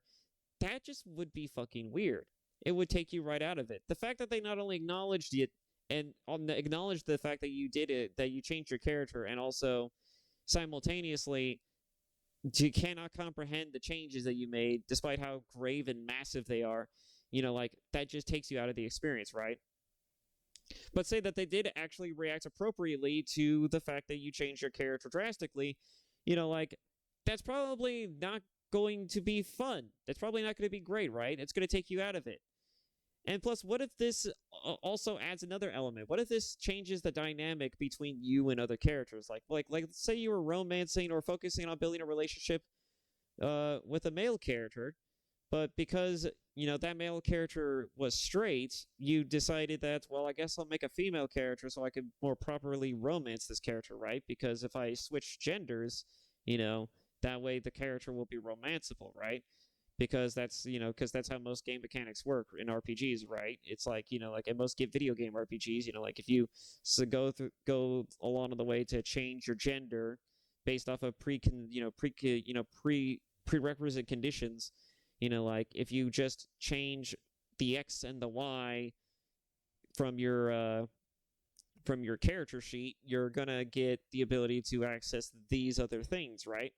So naturally, you switching your gender in this instance, like you're going into it with the full intention of potentially, like not only looking different, maybe experiencing the game in a way that you never, thought of doing so before, just to see what it's like, right? But you also are doing it just so you can have another goal in mind, which is to romance characters you never romanced before, right?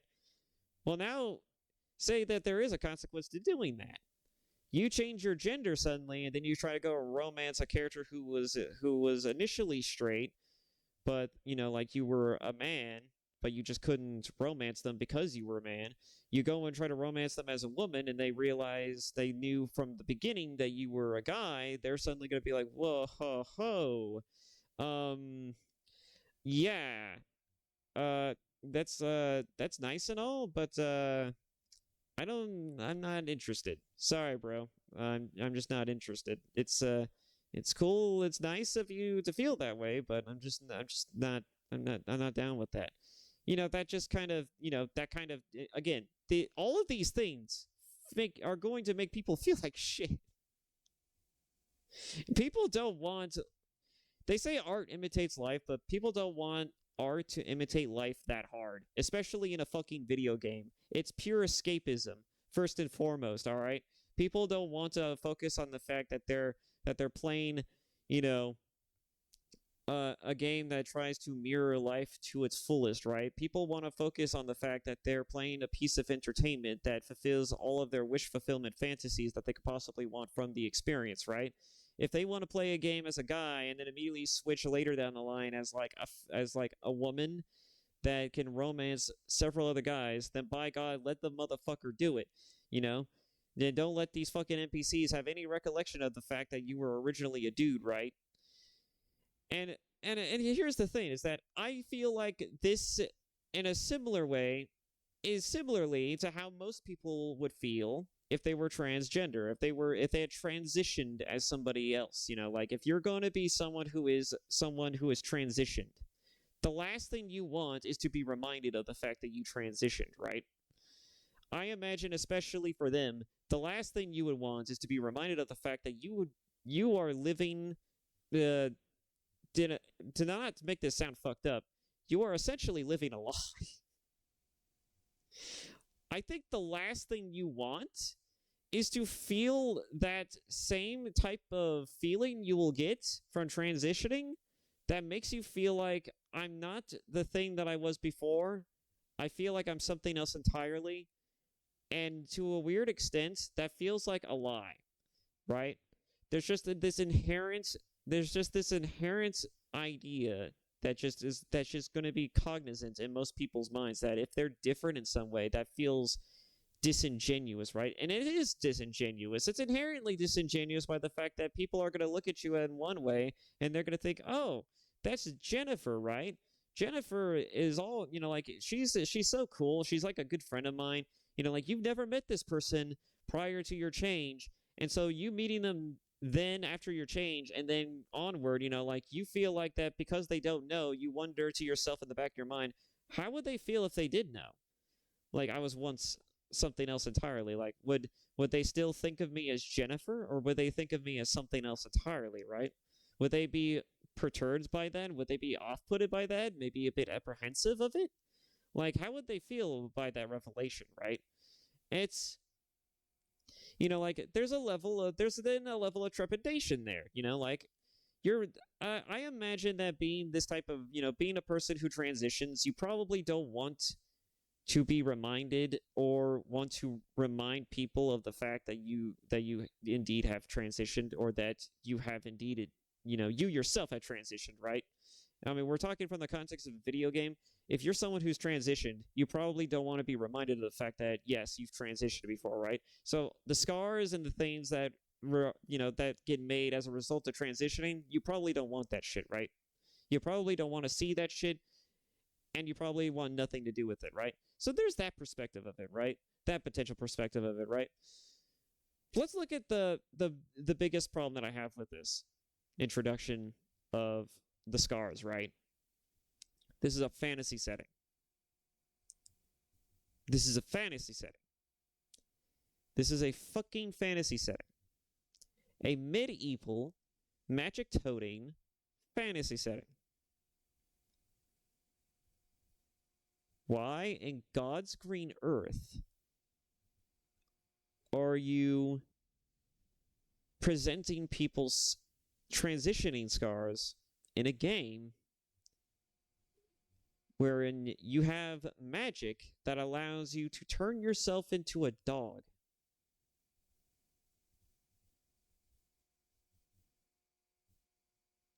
Am I the only person who sees the problem here? Okay, if you have the ability to change yourself, right, into an animal, then why can't you change yourself into a different form of human, right? Why can't you just morph yourself into a prettier version of yourself, right? or to a handsomer version, a more suave version, or a more muscular version, right? Why can't you just be a better version of yourself? Hmm?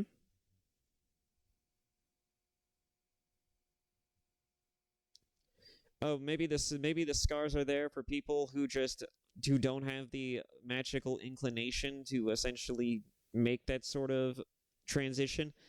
Bitch, please. There, you could easily explain this away by simply imbuing a necklace or an object that, as long as the wearer continues to wear this, right, they will forever be changed and shifted into this form. And if you don't want to go that far, you can make it in-universe explanation, which, by the way, there is one in this game, by the way. You know the bullshit that I was making earlier about how, like, oh, well, some games, they allow you to switch up your genders regardless of that shit, right? You know, like, they let you do that shit, you know, regardless of reason or context, right? Well, guess fucking what? This game has one. It's called the Black Emporium. Why the fuck is this a thing? Why are scar tissue why is scar tissue as a result of transitioning a thing in this fucking game? In a fantasy game where you could change your appearance on a whim. On a whim. If you know where to go and know the right places. It boggles my fucking mind. And if that wasn't bizarre enough as it is, right? You know, if that wasn't bizarre enough as it is, despite the unnecessary theming towards real life tomfoolery, right? Why is it that not only have you bothered to go as far as to, adding the scars is one thing, despite how contextually nonsensical that is. Why do we have a character, which I believe it's this character right here. I believe it's this one. It's the, hang on, let me pull it up. Open image tab. This character right here. This is Tosh. I believe it's this character. Why is this character the one you're deciding to make the transition character? Now, granted, I'm not saying that there's a problem with that. And I'm going to go into another thing about this particular character archetype in a second, but I'm just going to address the elephant of the room here. Why are you making this the character that you want to champion this thing with? And why did you add the scars? Like, it's one thing to add a character who wants to transition. It's another thing that you're making a central plot point, right? It's another thing you make it a literal plot point in the game. I have seen the reviews for this game. I have seen clips of it from the reviewers themselves, from their review copies. They literally have a plot point where you go out of your way to meet, from what I understand, the parents of Tosh's parents, right?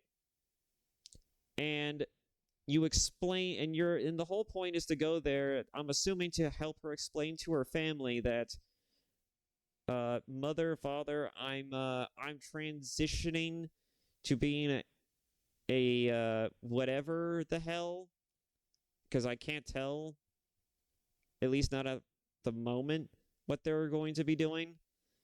I'm assuming with the name like Tosh, I'm assuming they're transitioning to be a woman, but maybe that was a decision they made in the midst of the game. I don't fucking know.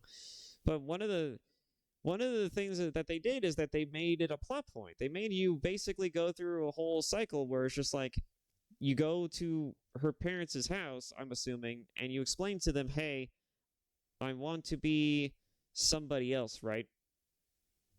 Why is this a plot point? And on top of that, they also, I actually, the most that I know is that, she wants to be referred to by different pronouns, right?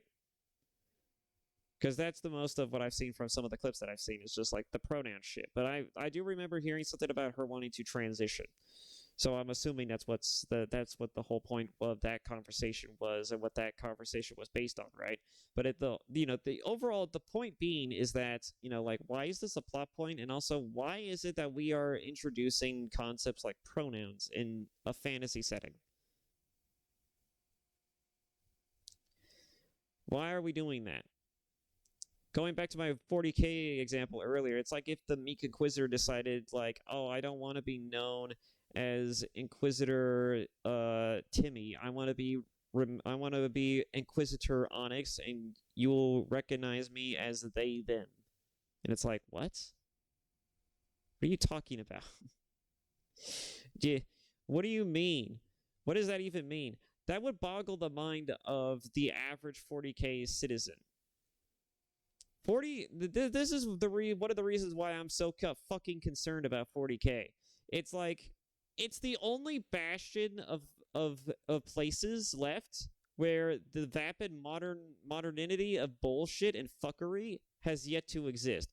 And 40K is a universe that, by the very makeup of the way it's designed, cannot possibly contain this level of fuckery, right?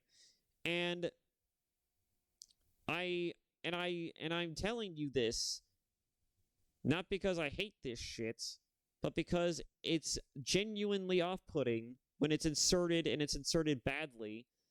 That when you put this shit in any type of game or setting, and it's not explained away well enough, and it doesn't make sense in the context of how it's introduced, it tends to more often than not hurt the product and the enjoyment of that product, as well as the lore of said product.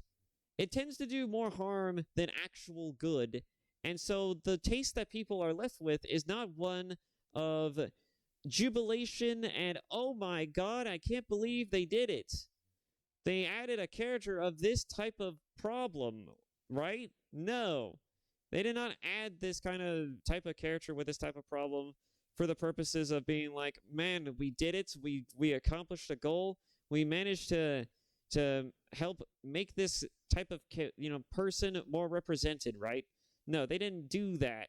All they really did is that they fucking crowbarred them into existence, and then they expect you to be like, worship me, bitch. Worship me. Worship me, for I have added something that only a fucking and truly enlightened and truly elevated person of intelligence could possibly understand, right? I am doing something great. I am on a mission. I am on a mission to save the world. I am on a mission to enlighten the world and the people in it, that there are different types of people in this world, and I will do it to the detriment of everything I touch. Why? Not because I like the things that I am working and engaging with at all times, creatively and figuratively, among other things, right? Just whatever. I'm not doing it out of out of the goodness of my heart. I'm doing it because I want brownie points. I'm doing it because I want the money. I'm doing it because I want people to literally look at what I've done and then say to themselves, I did something truly inspiring. I did something amazing. I did something truly fucking daring, right? These people literally want to use people like this to suck themselves off and pretend like they did a good deed. That's the kind of people we're dealing with. That's the kind of people we're dealing with. We're dealing with literal man-children who think that as long as I can crowbar people who are considered minorities of any kind into a piece of media is somehow enlightened and thinks that they're doing God's work or the equivalent of, right? These people want to suck themselves off and pretend while rubbing their fucking nipples that they did a good deed and want everyone to shower them with recognition, fame, and affection. Fuck those people. Fuck them into the ground. Not literally, mind you, and to career suicide. Fuck these people. So yes, I do have a bone to pick with this shit, or a little bit, but not in the sense that, oh, I hate these kind of people, right? I hate these kind of people. I hate the kind of people that these people tend to represent. No, no, no, no, no. I hate the fact that they do it in the most insane, asinine way possible, in a way that is not only detrimental and harmful to the media for which it is based in, but also done in such a way to where, like, it not only brings harm to the product that it is representing, it is also bringing harm to the thing that they are trying to represent. Because the only reaction people have to this type of crowbarring, this kind of shoveling in these virtue signal level of pandering, is literally the same thing if you were to have a fan write a fan fiction story in a mainline like comic book or superhero movie or even a Star Wars movie, right? And all they do is just jerk off the legacy characters, like, you know, right? 40K had a person like that, for what I understand. His name was Matt Ward. Matt Ward loved the Ultramarines so fucking much that he made the Ultramarines seem like gods compared to some of the other characters within the 40K universe, to such a degree to where he made them do weird, impossible things that they honestly should not really have the power to do. But not only did he do that, but he had them face off against enemies that would have otherwise killed most things, and somehow either end up winning the encounter or escaping by the skin of their teeth, right? I'm not too sure of the full details, but from what it sounds like, if there was a person who represents my points to the T, right, Matt Ward and his stories around the Ultramarines is a pretty good example of how writing is something because you like the thing that you are writing into existence does not necessarily make for good quality product. And just because you have such a fucking hard-on and a boner for wanting to introduce random alien concepts in a franchise or piece of media where these concepts have no business or right or even a inkling of being in existence or understanding thereof, that's, I mean, that's just fucking terrible. That it not only feels like a lie to the very franchise and media you are writing for, it also feels like a bit of a slap in the face for the people who not only consume it, but for the people who literally you're trying to represent. It's like Jesus fucking Christ. You know, like, it's all, I mean, it's already bad enough, okay? If you're someone who is already got like a bit of a rap for being a bit of an oddity among other people. It's another thing when people want to take that aspect of your existence and then, you know, kind of turn it into a poster child for, you know, dogpiling purposes, right? Oh, let's just crowbar a person like this into this franchise. That's what could possibly go wrong? Oh, people are complaining that they did that? Oh, well, they're just fucking man babies. They are literally just fucking man babies. Let them cry their little bitch baby tears and just let them fucking fade into obscurity, because I'm doing the right thing. I'm doing something that nobody else working on this product would have done in a million years. I am doing the right thing. I am doing the best possible thing, right? I am saving people. I am helping people. I am on the right side of history. Fuck you. Literally, fuck you. I hate these people with a fiery passion because, again, you know, like, I've known one person who actually has been through this. And I didn't even know that they had been through this until they told me about it themselves. They're just like, you know, I've actually got, you know, I actually did this. I'm actually the kind of person who went through this kind of thing, right? And I'm just like, huh, well, shit. I mean, I mean, I remember talking about this incident once, this type of thing once, and I'm kind of regretting the things that I said because this was a counselor, by the way. I was talking to a counselor about, you know, my only experience with trans people being the botched examples that I could find online at the time, right? When I was in high school, and the concept of transitioning was still kind of like a bizarre thing, a bizarre quandary, just like how gay people existing was a bizarre quandary, depending on how far back you went. But that's neither here or there. You know, like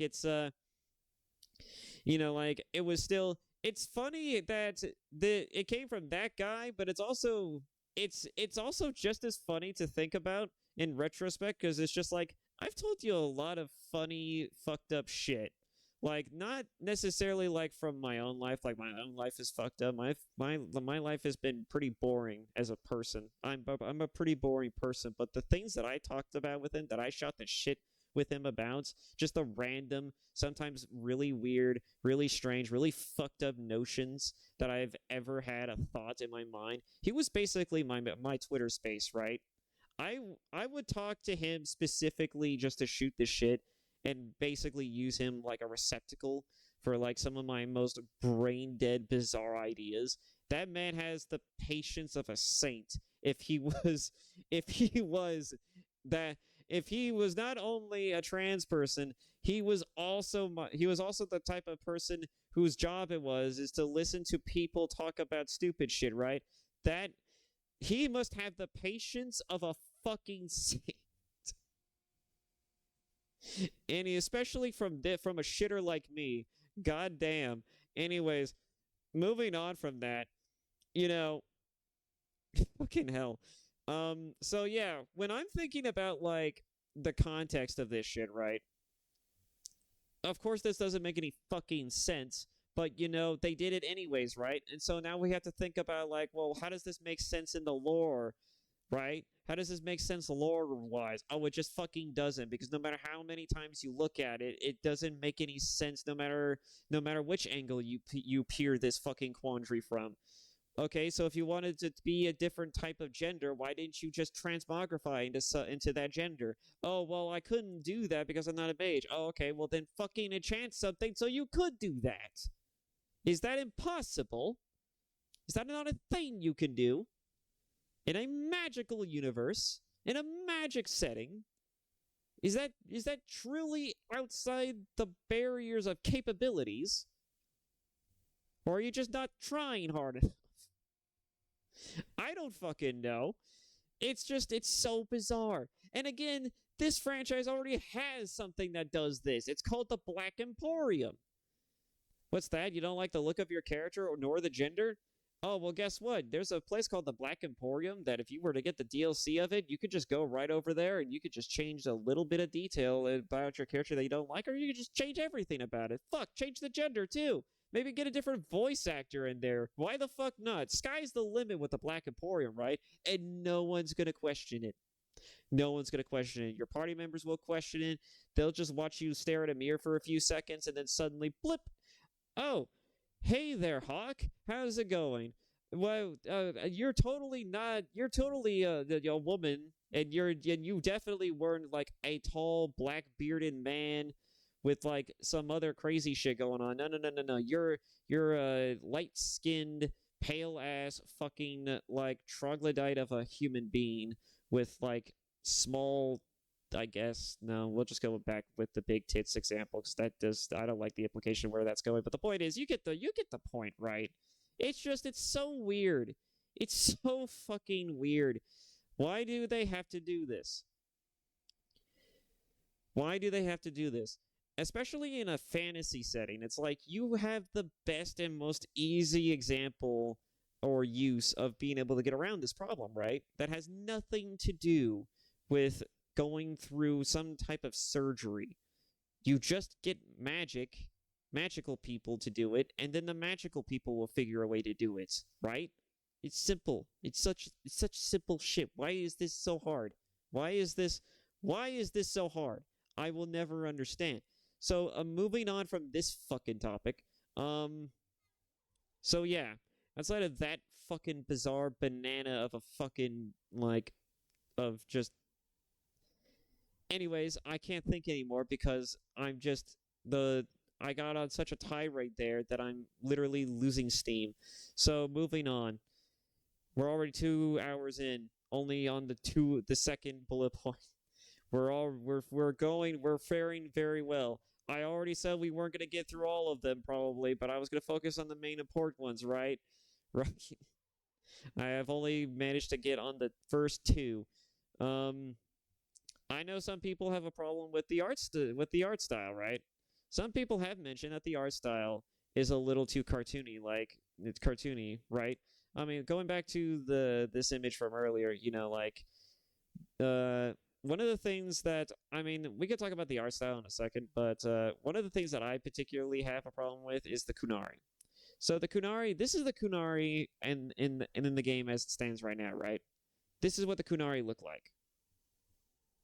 They look like humans with just horns, right? Right? That's what Tosh looks like. That's what this character looks like, right? This is a character who's also a Kunari. And if you look at this character, you know, I mean, if I can get a better picture of him or her or it, I don't know anymore now that they introduced this level of tomfoolery into this fucking thing. If you look at this image though, you know, it begs the question, so what's so special about the Kunari? Yeah, and I was talking about earlier, like, oh, the Kunari are these interesting race of humanoids that do all, that are about all these other things, right? Well, what's so special about them based off of the images that you're seeing? Well, from these images, not very much, right? Not very much if fucking at all, right? Because the Kunari in this game, as sad as it is, they're not nearly as interesting as they were in the second game. Hell, even Inquisition still had a pretty good rendition of the Kunari. But this is just plain, right? This is like a human with horns. And so that's just kind of sad. That does a disservice to the Kunari as a species. And it doesn't matter which type of Kunari we look at from this game. It's like, oh, it looks like a person just with horns. No matter where I go to look for this, right? So let me show you what a Kunari looks like in a different game, right? Let me show you Dragon Age 2: The Era Shock.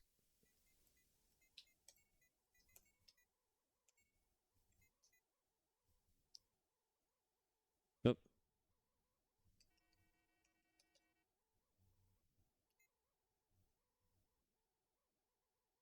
This is a fucking Kunari. This is the Era Shock. This guy right here.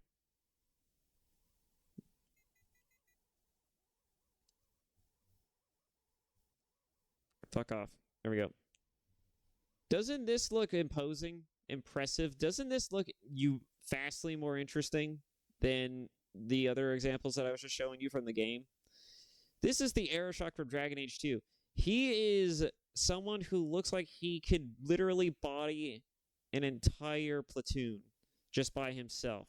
He is an absolute fucking boss of a fucking character. He is a Chadamun Chads. He looks like someone who can literally eat you alive. And he's scary looking to boot. I mean, I would be terrified to face this guy in combat, and you would be too, because this guy is like at least 7 to 8 feet tall. He's fucking stacked on top of that. This guy literally is just the scariest motherfucker you would ever have the pleasure of meeting. And the saddest part about it is that his patience is just as short as the fucking straps across his chest. So I would not want to fuck with this person. He is truly very scary of a human being, or as a Kunari. You have to put respect on what he is, because he is terrifying. In any case, though, but yeah, this is the Era Shock. He is a Kunari, and he is utterly terrifying. Not only as an antagonist, but also as a character. Like, I can't think of a better example of like how cool the Kunari are than this guy. And here is his entire band of Kunari who run with him from the Qun.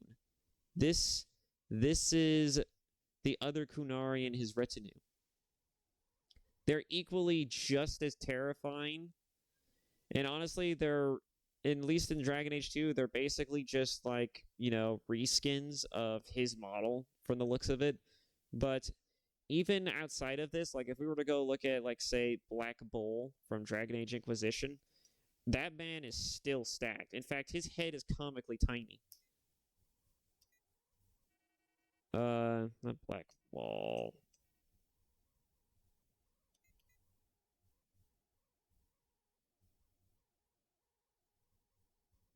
Okay, here we go.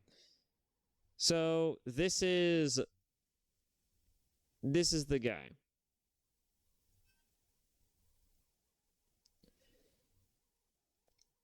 This is the guy. His name is Bull, apparently. Just Bull, apparently. And he leads a band of... He is a member of the Qun, but he's a very loose member of the Qun. He is a double agent of sorts. He's a spy, essentially. But he runs a merry band of misfits. And he's a very chill and laid-back individual, likely as a result of the nature of his job, right?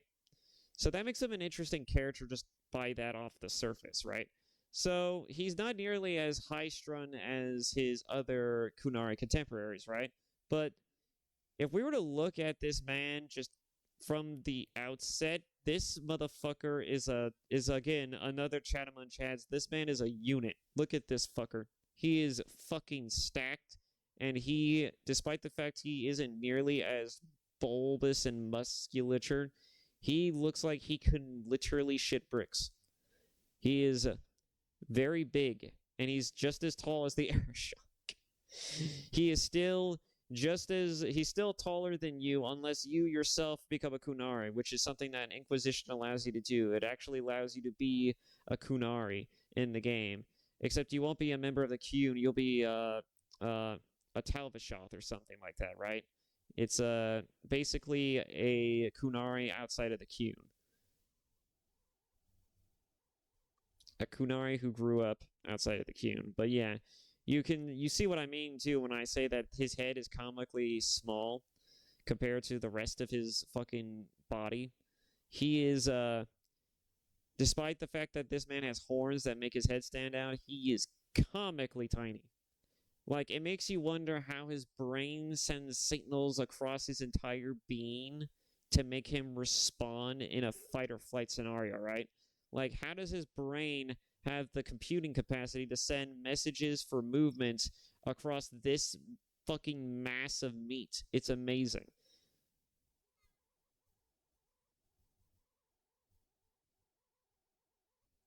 So yeah, that is just another example of what the Kunari look like and why the Kunari are pretty interesting as a race, right?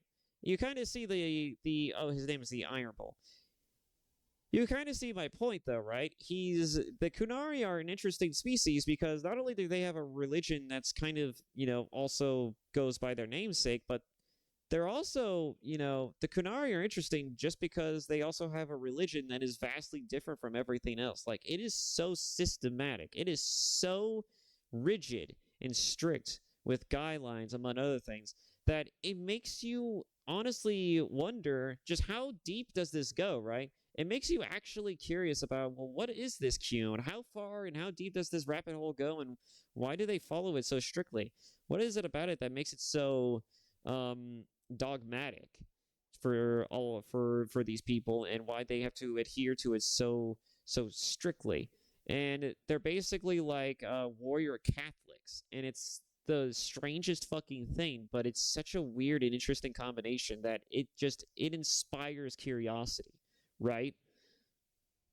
And that is the Kunari in the nutshell. But otherwise, yeah. Dragon Age, the Veilguard.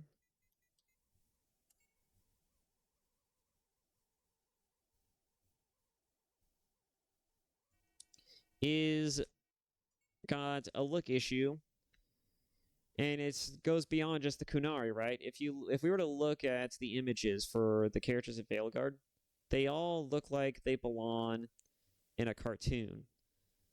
Some of the images aren't so bad. They just look like pretty boy versions or just prettier versions of human beings, which honestly that's not a terrible aesthetic at all. In fact, that makes sense for Dragon Age because a lot of people are pretty in Dragon Age, but that's not, that's again neither here or there.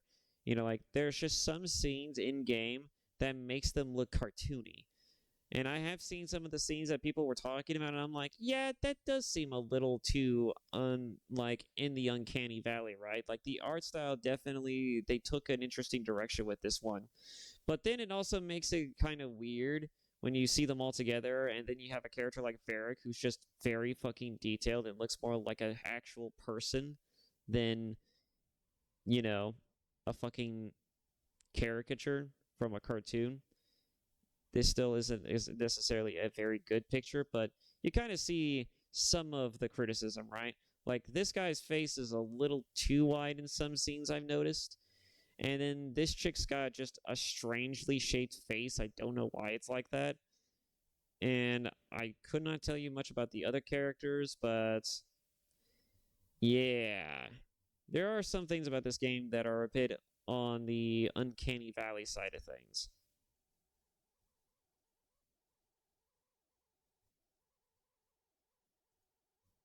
Hmm.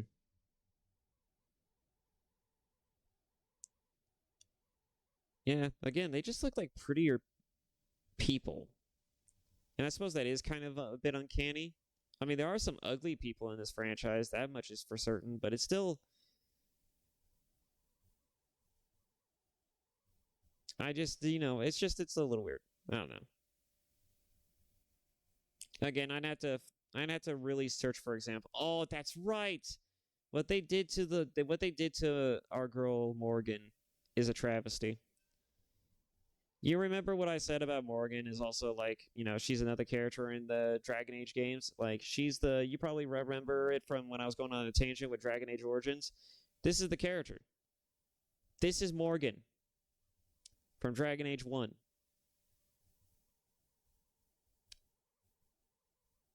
She what do you think? I'm genuinely curious what people think about this character. Just without the context. Just what do you think? I just want to know. Because now I'm going to show you what she looks like in Dragon Age 1 and Inquisition, and I want you to tell me.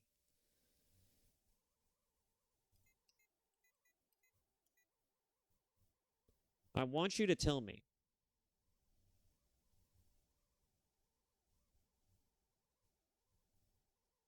Which do you think looks better?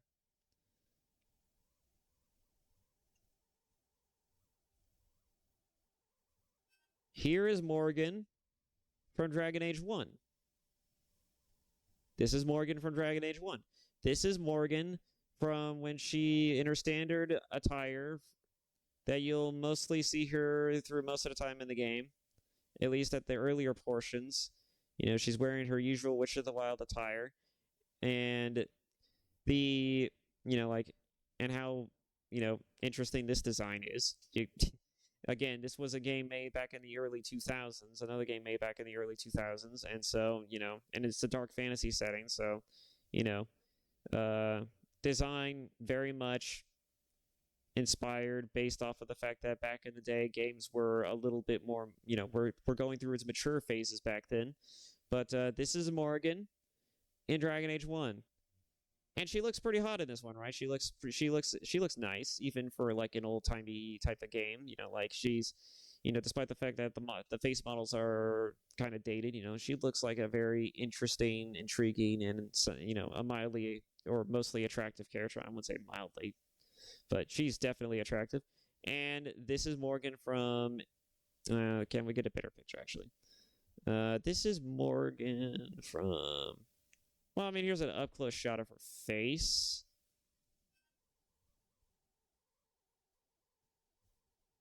That's. Yeah, no, I should have looked at that.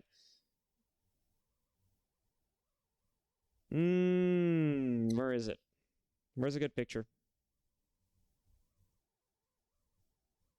No, stop that. I hate it when it does that.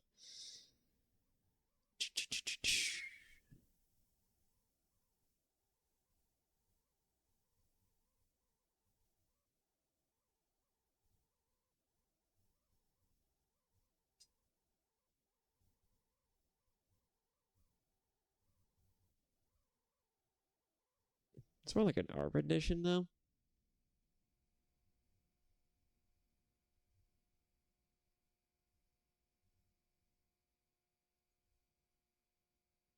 All right, that's good enough. Just to get a good close up of the face first, like you see what I'm talking about, right? She's pretty, she's attractive looking. Like she looks pretty nice in this one too. Like she doesn't look that drastically different from like the first game from her first game counterpart, but she definitely looks very unique as a character. She's very she's very intriguing, and she's got a pretty face, which that's pretty. I mean, that's pretty easy to tell, but like you see that this is not only an attractive character, but that there's also something truly dangerous, potentially even mysterious about this character, right? She's a character who exudes a level of intrigue that is both tantalizing but also dangerous. And now we move on to her overall look in the actual Dragon Age Inquisition game, which if I can fucking get a good fucking picture of it, which I'm not finding. We're just gonna have to go with this. This is basically what she looks like um in Dragon Age Inquisition. She eventually shows up at the keep, right? And she basically looks no different, right? This is her in-game model. It's not too bad, right? Like still same character, still same attire. The only thing that they did was that they put a bra on her this time. Like it's not just string and a cloth, a very thin cloth in the original, but it's a bit of a thicker cloth with like, it's like, with a bra. And more like a bikini, but you get the point. Like but I also, like even here, like she still looks pretty, like interesting. She still looks like Morgan, right? They didn't nerf her boobs a bit, but I don't know. Maybe that's just the angle of it. But anyways, yeah. And then we look at this picture.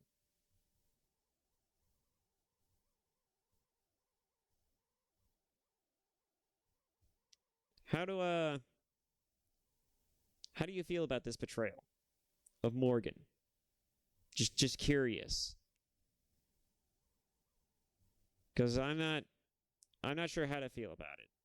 Like there's something truly like not even focusing on the fact that they've covered this bitch up from head to toe a little bit more thoroughly than before. Granted, granted, but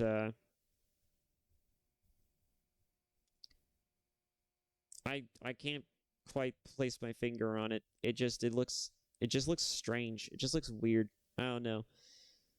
Like maybe if we could get a better image of this version of Morgan, but she does not really seem like that interesting looking.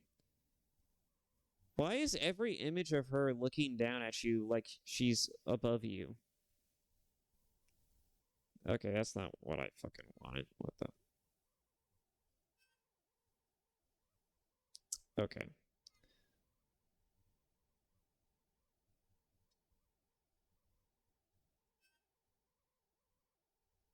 Oh, for fuck's sake.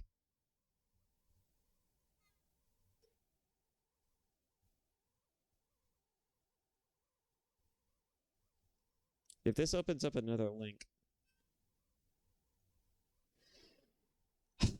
Okay. I'm not sure what the hell's going on there.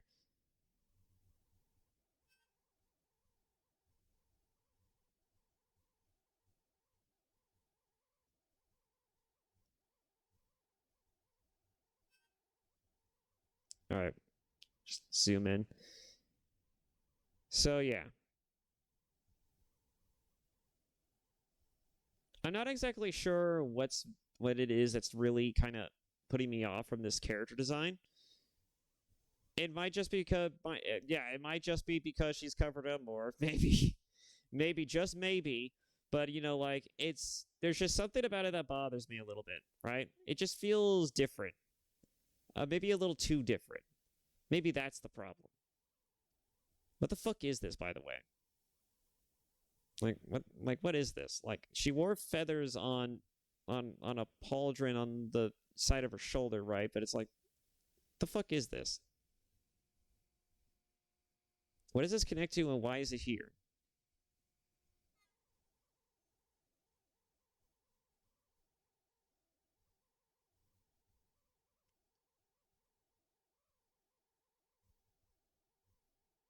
Anyways, I couldn't tell you. Anyways, moving on. We got that out of the way. So, yeah, game looks painfully different. Maybe not painfully different, but it looks weird. Writing is awful, particularly between other characters and the character writing in itself. So one of the things that I have heard about, and this is my bread and butter with this one, the writing.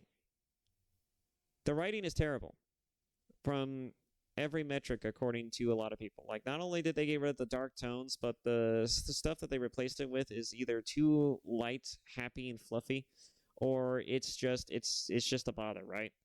Like it's not great. It's not good writing. It's just how do I put this? The characters don't feel like they're characters, right? They don't feel like they're good characters anyways. Like they feel like they're, as mentioned before in one of the other bullet points here, they feel more like caricatures and they're just acting out a role. But what's interesting is that their interactions between one another is very strange and stiff. But what makes it so stiff is the fact that, like they could have interactions where they might get into arguments, but then they'll resolve it immediately as soon as it's brought up, right? The most that they'll have in terms of disagreements is like arguing over like, well, should I maybe like bring books, or instead of like, like maybe I'll bring 8 books instead of just the one. And one character will be like, oh no, don't bring a bunch of books. This is supposed to be a field trip. And also I want to know the context behind that one. Where you read the fucking what field trip? The fuck? Anyways, so and then the other one was bitching about, like bringing too many books on a field trip, and it's just like, well, why are you guys arguing about this? And it's just like, oh well, we're trying to, like he's trying to bring a bunch of books on a field trip, but like I think that it's too many, and it's just like, what? I don't see a problem with that. And then there's another argument between like, I think tea and cookies, and then it's just like, I don't. What? Mind you, the one that really stuck out in my mind is the skill up video, because he went more into more of an in-depth look at the problems with the game. But generally speaking, he's not the only one. A lot of people seem to have a problem with the way characters are written in this game. None of them try to push the boundaries of like threatening to leave or getting to full on like altercations with with other party members or even your player character. They're just there strictly to be like a part of the squad, from what it seems like, and that's just kind of a fine, I guess. But even when you go out of your way to be kind of dickish to them, like your character will not be a dick to them. Like you cannot get your character to literally tell them to go fuck themselves. It's despite the fact that you could choose an aggressive option, right? I mean, even Mass Effect, despite the fact that it can be a little lenient sometimes, like they do give you the option to be a piece of shit, a real piece of shit. It's like you could be unnecessarily mean or evil in Mass Effect. And in this game, apparently the most you'll do is just be like, who's this guy? Instead of being like, who the fuck is this fool, right? That was the other thing. Is like the dialogue will say one thing, and then the line that's uttered will say and sound something entirely different, right? It'll sound more watered down. So why even have why even bother having an aggressive option to begin with, right? Like, why even bother having an aggressive option to begin with if your character isn't going to be aggressive in the first place? Stiff facial animations. The animations, for some reason, despite the fact this is a BioWare game, and BioWare was the company that basically, kind of, inundated games with. I mean, this is the company that basically was known for its, for its character writing and conversational dialogue and its facial animations. Like, it was leagues ahead of a lot of other developers when it comes to this type of thing. And so the fact that their facial animations are still this stiff they're still very stiff is beyond me. And I don't understand that. I really don't. Because BioWare really was. They were the ones who really put like a lot of effort into trying to make facial animations and dialogue seem like a no-brainer type of thing. But they're just why is it so stiff in this game still? Like, do you think they, with the advent of technology and the fact that, we've had other games that have done it so much better, like Baldur's Gate, for example, you think the facial animations, would be up to snuff, at least comparable to Baldur's Gate, right? It's not, which is kind of disappointing. Rook is a bona fide nanny / Mary and Gary stew. This one is a bit of a debatable one because, again, I've never played the game, and at the time of this recording, it still hasn't been released yet. But a lot of the reviews have been saying that Rook feels like he's just kind of, regardless of how you make the character, they're just there to be like the glue to this unit, and every character is written and exists to basically play off your character in a way that is serviceable to you and the plot. And that's kind of stupid. You're very much like a part of the world, not the center of it. All right? And I don't know who wrote this, but I'm assuming the people who wrote it was by committee, and half of them were women. I know that sounds kind of like a sort of an opinionated, judgmental type thing, but that would not be that far off from the possible truth, right? Because I've seen enough examples of games and products coming and going, rising and falling enough times to see some of the hallmarks and the signs, right? And when your game feels this safe and it's written this stupidly, like there's only a few people who come to mind when it's like that, right? And it's usually because there's a lot of women on the writing staff who can't make up their mind of what the hell they actually want to do, or they just have one person who writes the story who has no business writing stories, right? Who has no business writing stories. Like they just found this guy out of buttfuck nowhere, who's probably never written a day in his life. He probably got in because the publisher saw his social media posts or her social media posts and was just like, this person might seem like they might make a good game, and they seem interested. Why not give them the keys to the kingdom, right? I'm convinced that's how the hiring process is for these fucking game companies and publishers and all these Hollywood types. Because there's no fucking way on God's green earth I can somehow believe or justify that you would ever hire a bunch of fucking young, stupid people to write stupid garbage products for people to consume, right? I can't somehow justify that in my mind unless companies and publishers are just that fucking stupid. So, yeah. That's all I think that needs to be said. From what I've heard about the plot and from what I've already explained, whoever the writer or writers are for this game, they're woefully terrible at their job. from the sounds of it at the very least. They are woefully terrible at their job, and from the examples that I've seen online, and again, they're probably cut out of context, like, you might want to, like, they're just not great. They're not great. They're not great at all. It doesn't look great. The criticism doesn't seem great in your favor, and I would like to see some contrary opinions, but for the most part, a lot of people, especially if they're not games journalists, like, they all seem to say the same thing. The game is shit, and the story's kind of ass. So, there you go. Panders to the wrong crowd in entirely the wrong fucking way. So, I already touched upon it. In fact, I went into full depth detail when it came to the DreamWorks-looking Pixar cartoon shenanigans. But yeah, there again, we have another example of a game company that tries to pander to an audience, and once again, they fucking fail at every level. And they don't even do this because they don't stop to think to themselves, am I actually approaching this from a logical perspective, right? Am I actually doing this in a way that makes sense? Am I doing this in a way that doesn't somehow,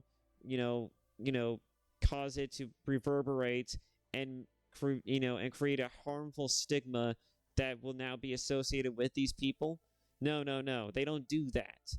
No, what they do is that they look at a thing and they're just like, I'm in charge of this product, and I say that this series is woefully lacking in trans representation. Let's insert a trans person in this, and we'll make them the coolest fucker there ever was. We'll make them the kind of person who not only, like, kills people, but they have sex. They have all the sex. They have all the greatest of sexes. And then they're working alongside the player character, tossing people through and through, just fucking completely fucking shit up, right? Like, they're like some, like, super powered superhero in the context of this universe, and they're just the best of the best at what they do. They just make them so unapologetically just insufferable that it makes you actively wince and recoil when you see people like this in media now. It doesn't matter if it's written well now, because people are going to immediately treat any inclusion of this type now with trepidation. Again, because people have done the most. They have seen the call. They have seen the challenge. They rose to the call of duty, and they literally bungled it. They literally had the problem of, like, I saw the problem, I rose to meet it, and I beat it into submission until it apologized, and then I went on my merry way. That totally solved the fucking problem. It's just like, no. That's not how you fucking do this. That isn't how we do any of this. Why would some people think this is how this should be done? It's beyond me. And again, I'm not the only one who feels like this. A lot of people do. Even the people they claim to purportedly do this for. It's like, we've had an entire decade of this crap, and it hasn't gotten any better. Right? It hasn't gotten any better.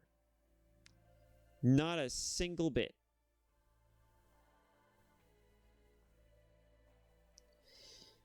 It just bugs the crap out of me. And I'm trying to think about how, in any possible way, they can still think and act and write like this. And I don't understand it other than the fact that they just don't care. Like, they literally just don't care. Like, they just do it because they want to, and they use this as a shield to justify their garbage. And I'm like, this is just honestly, like, the saddest fucking thing that I have ever seen. It's just like, how do you still fuck this up so hard? You've had many failed examples, many failed attempts. You still haven't figured this out, old man? Get your fucking shit together.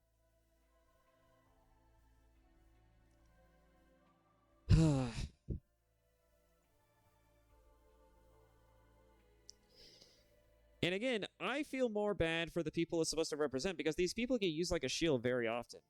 Like, it doesn't matter if it's actually going to be good at any point, because it's all going to be met with trepidation.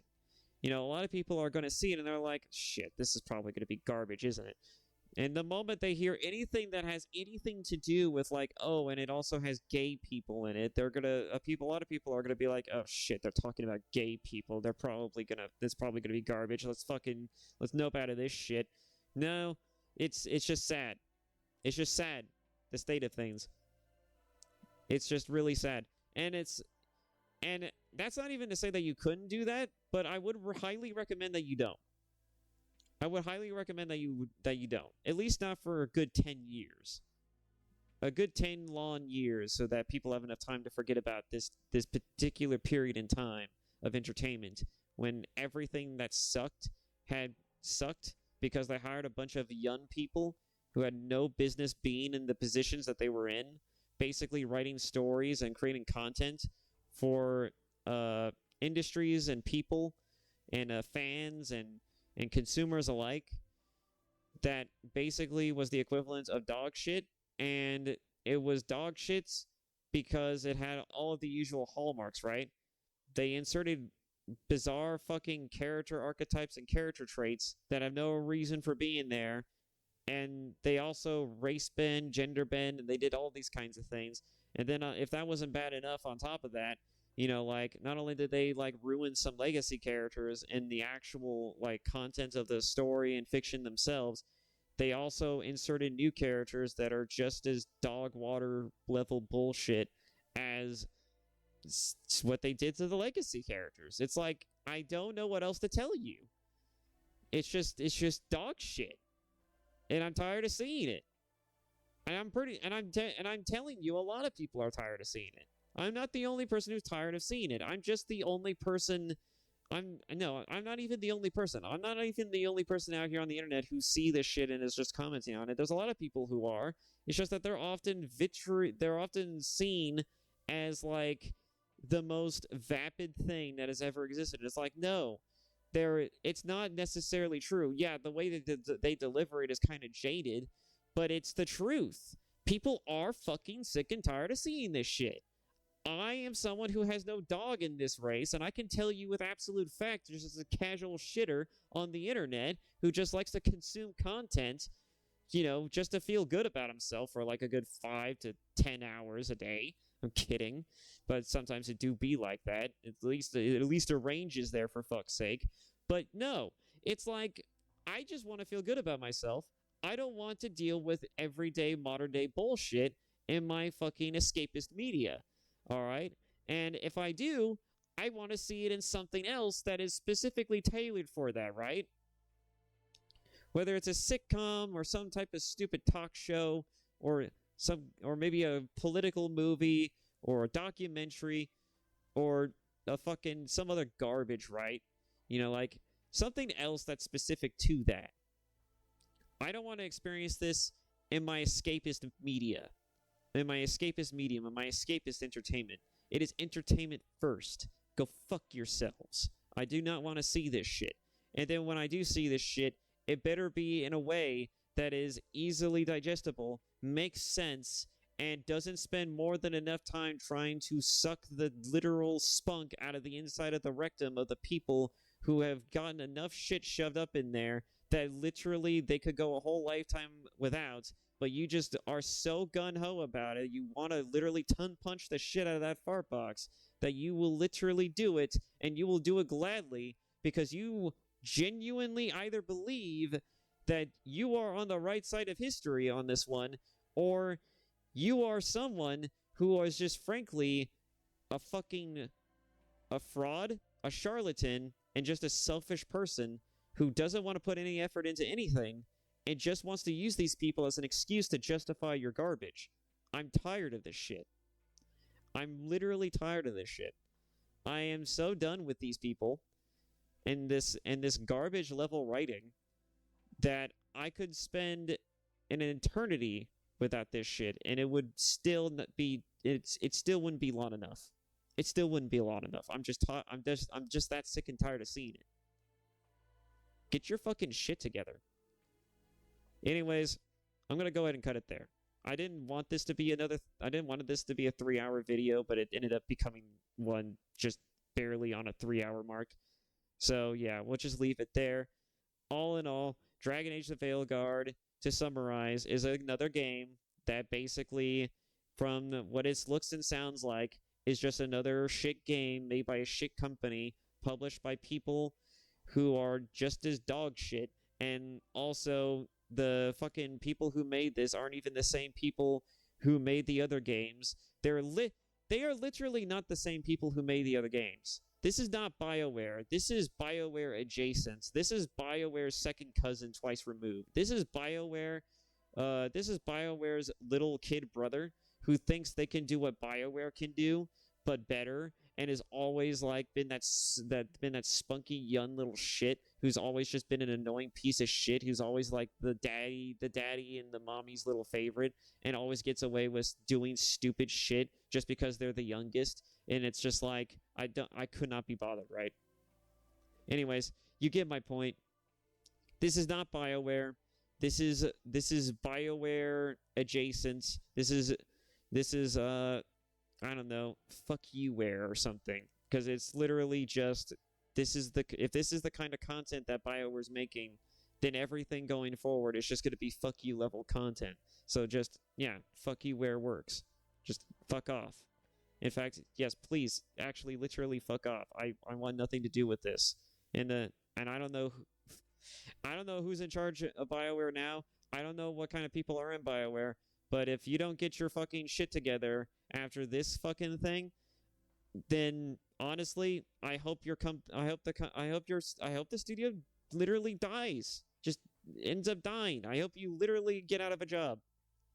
I do not feel sorry for you people.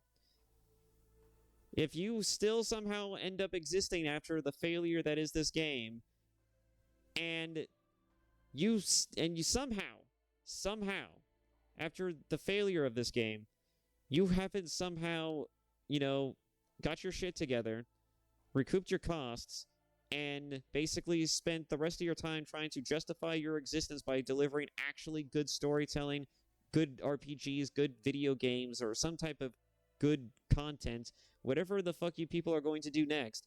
If you don't bring your A game to this and you don't actually make a game that people want, then just fucking die. Just let your company die. Just let it sputter. Just literally just fucking close your doors. I don't care. And I will not feel sorry for you people. Because you had one chance and you fucked it up. You literally fucked it up. And I am a believer of second chances, but you've already fucked up once before, and I'm not going to give you any more than this, okay? Just fucking get your shit together. Why is it so hard for people to get their shit together? Why is it so hard for companies to get their fucking collective shits together? Anyways, I'm done with this crap. I'm done. I've ranted long enough. Okay. With that, this has been a video of all time and a rant of all time. Thank you all so much for watching, and I hope to see you all in the next video. Bye-bye. God, I need a drink after that.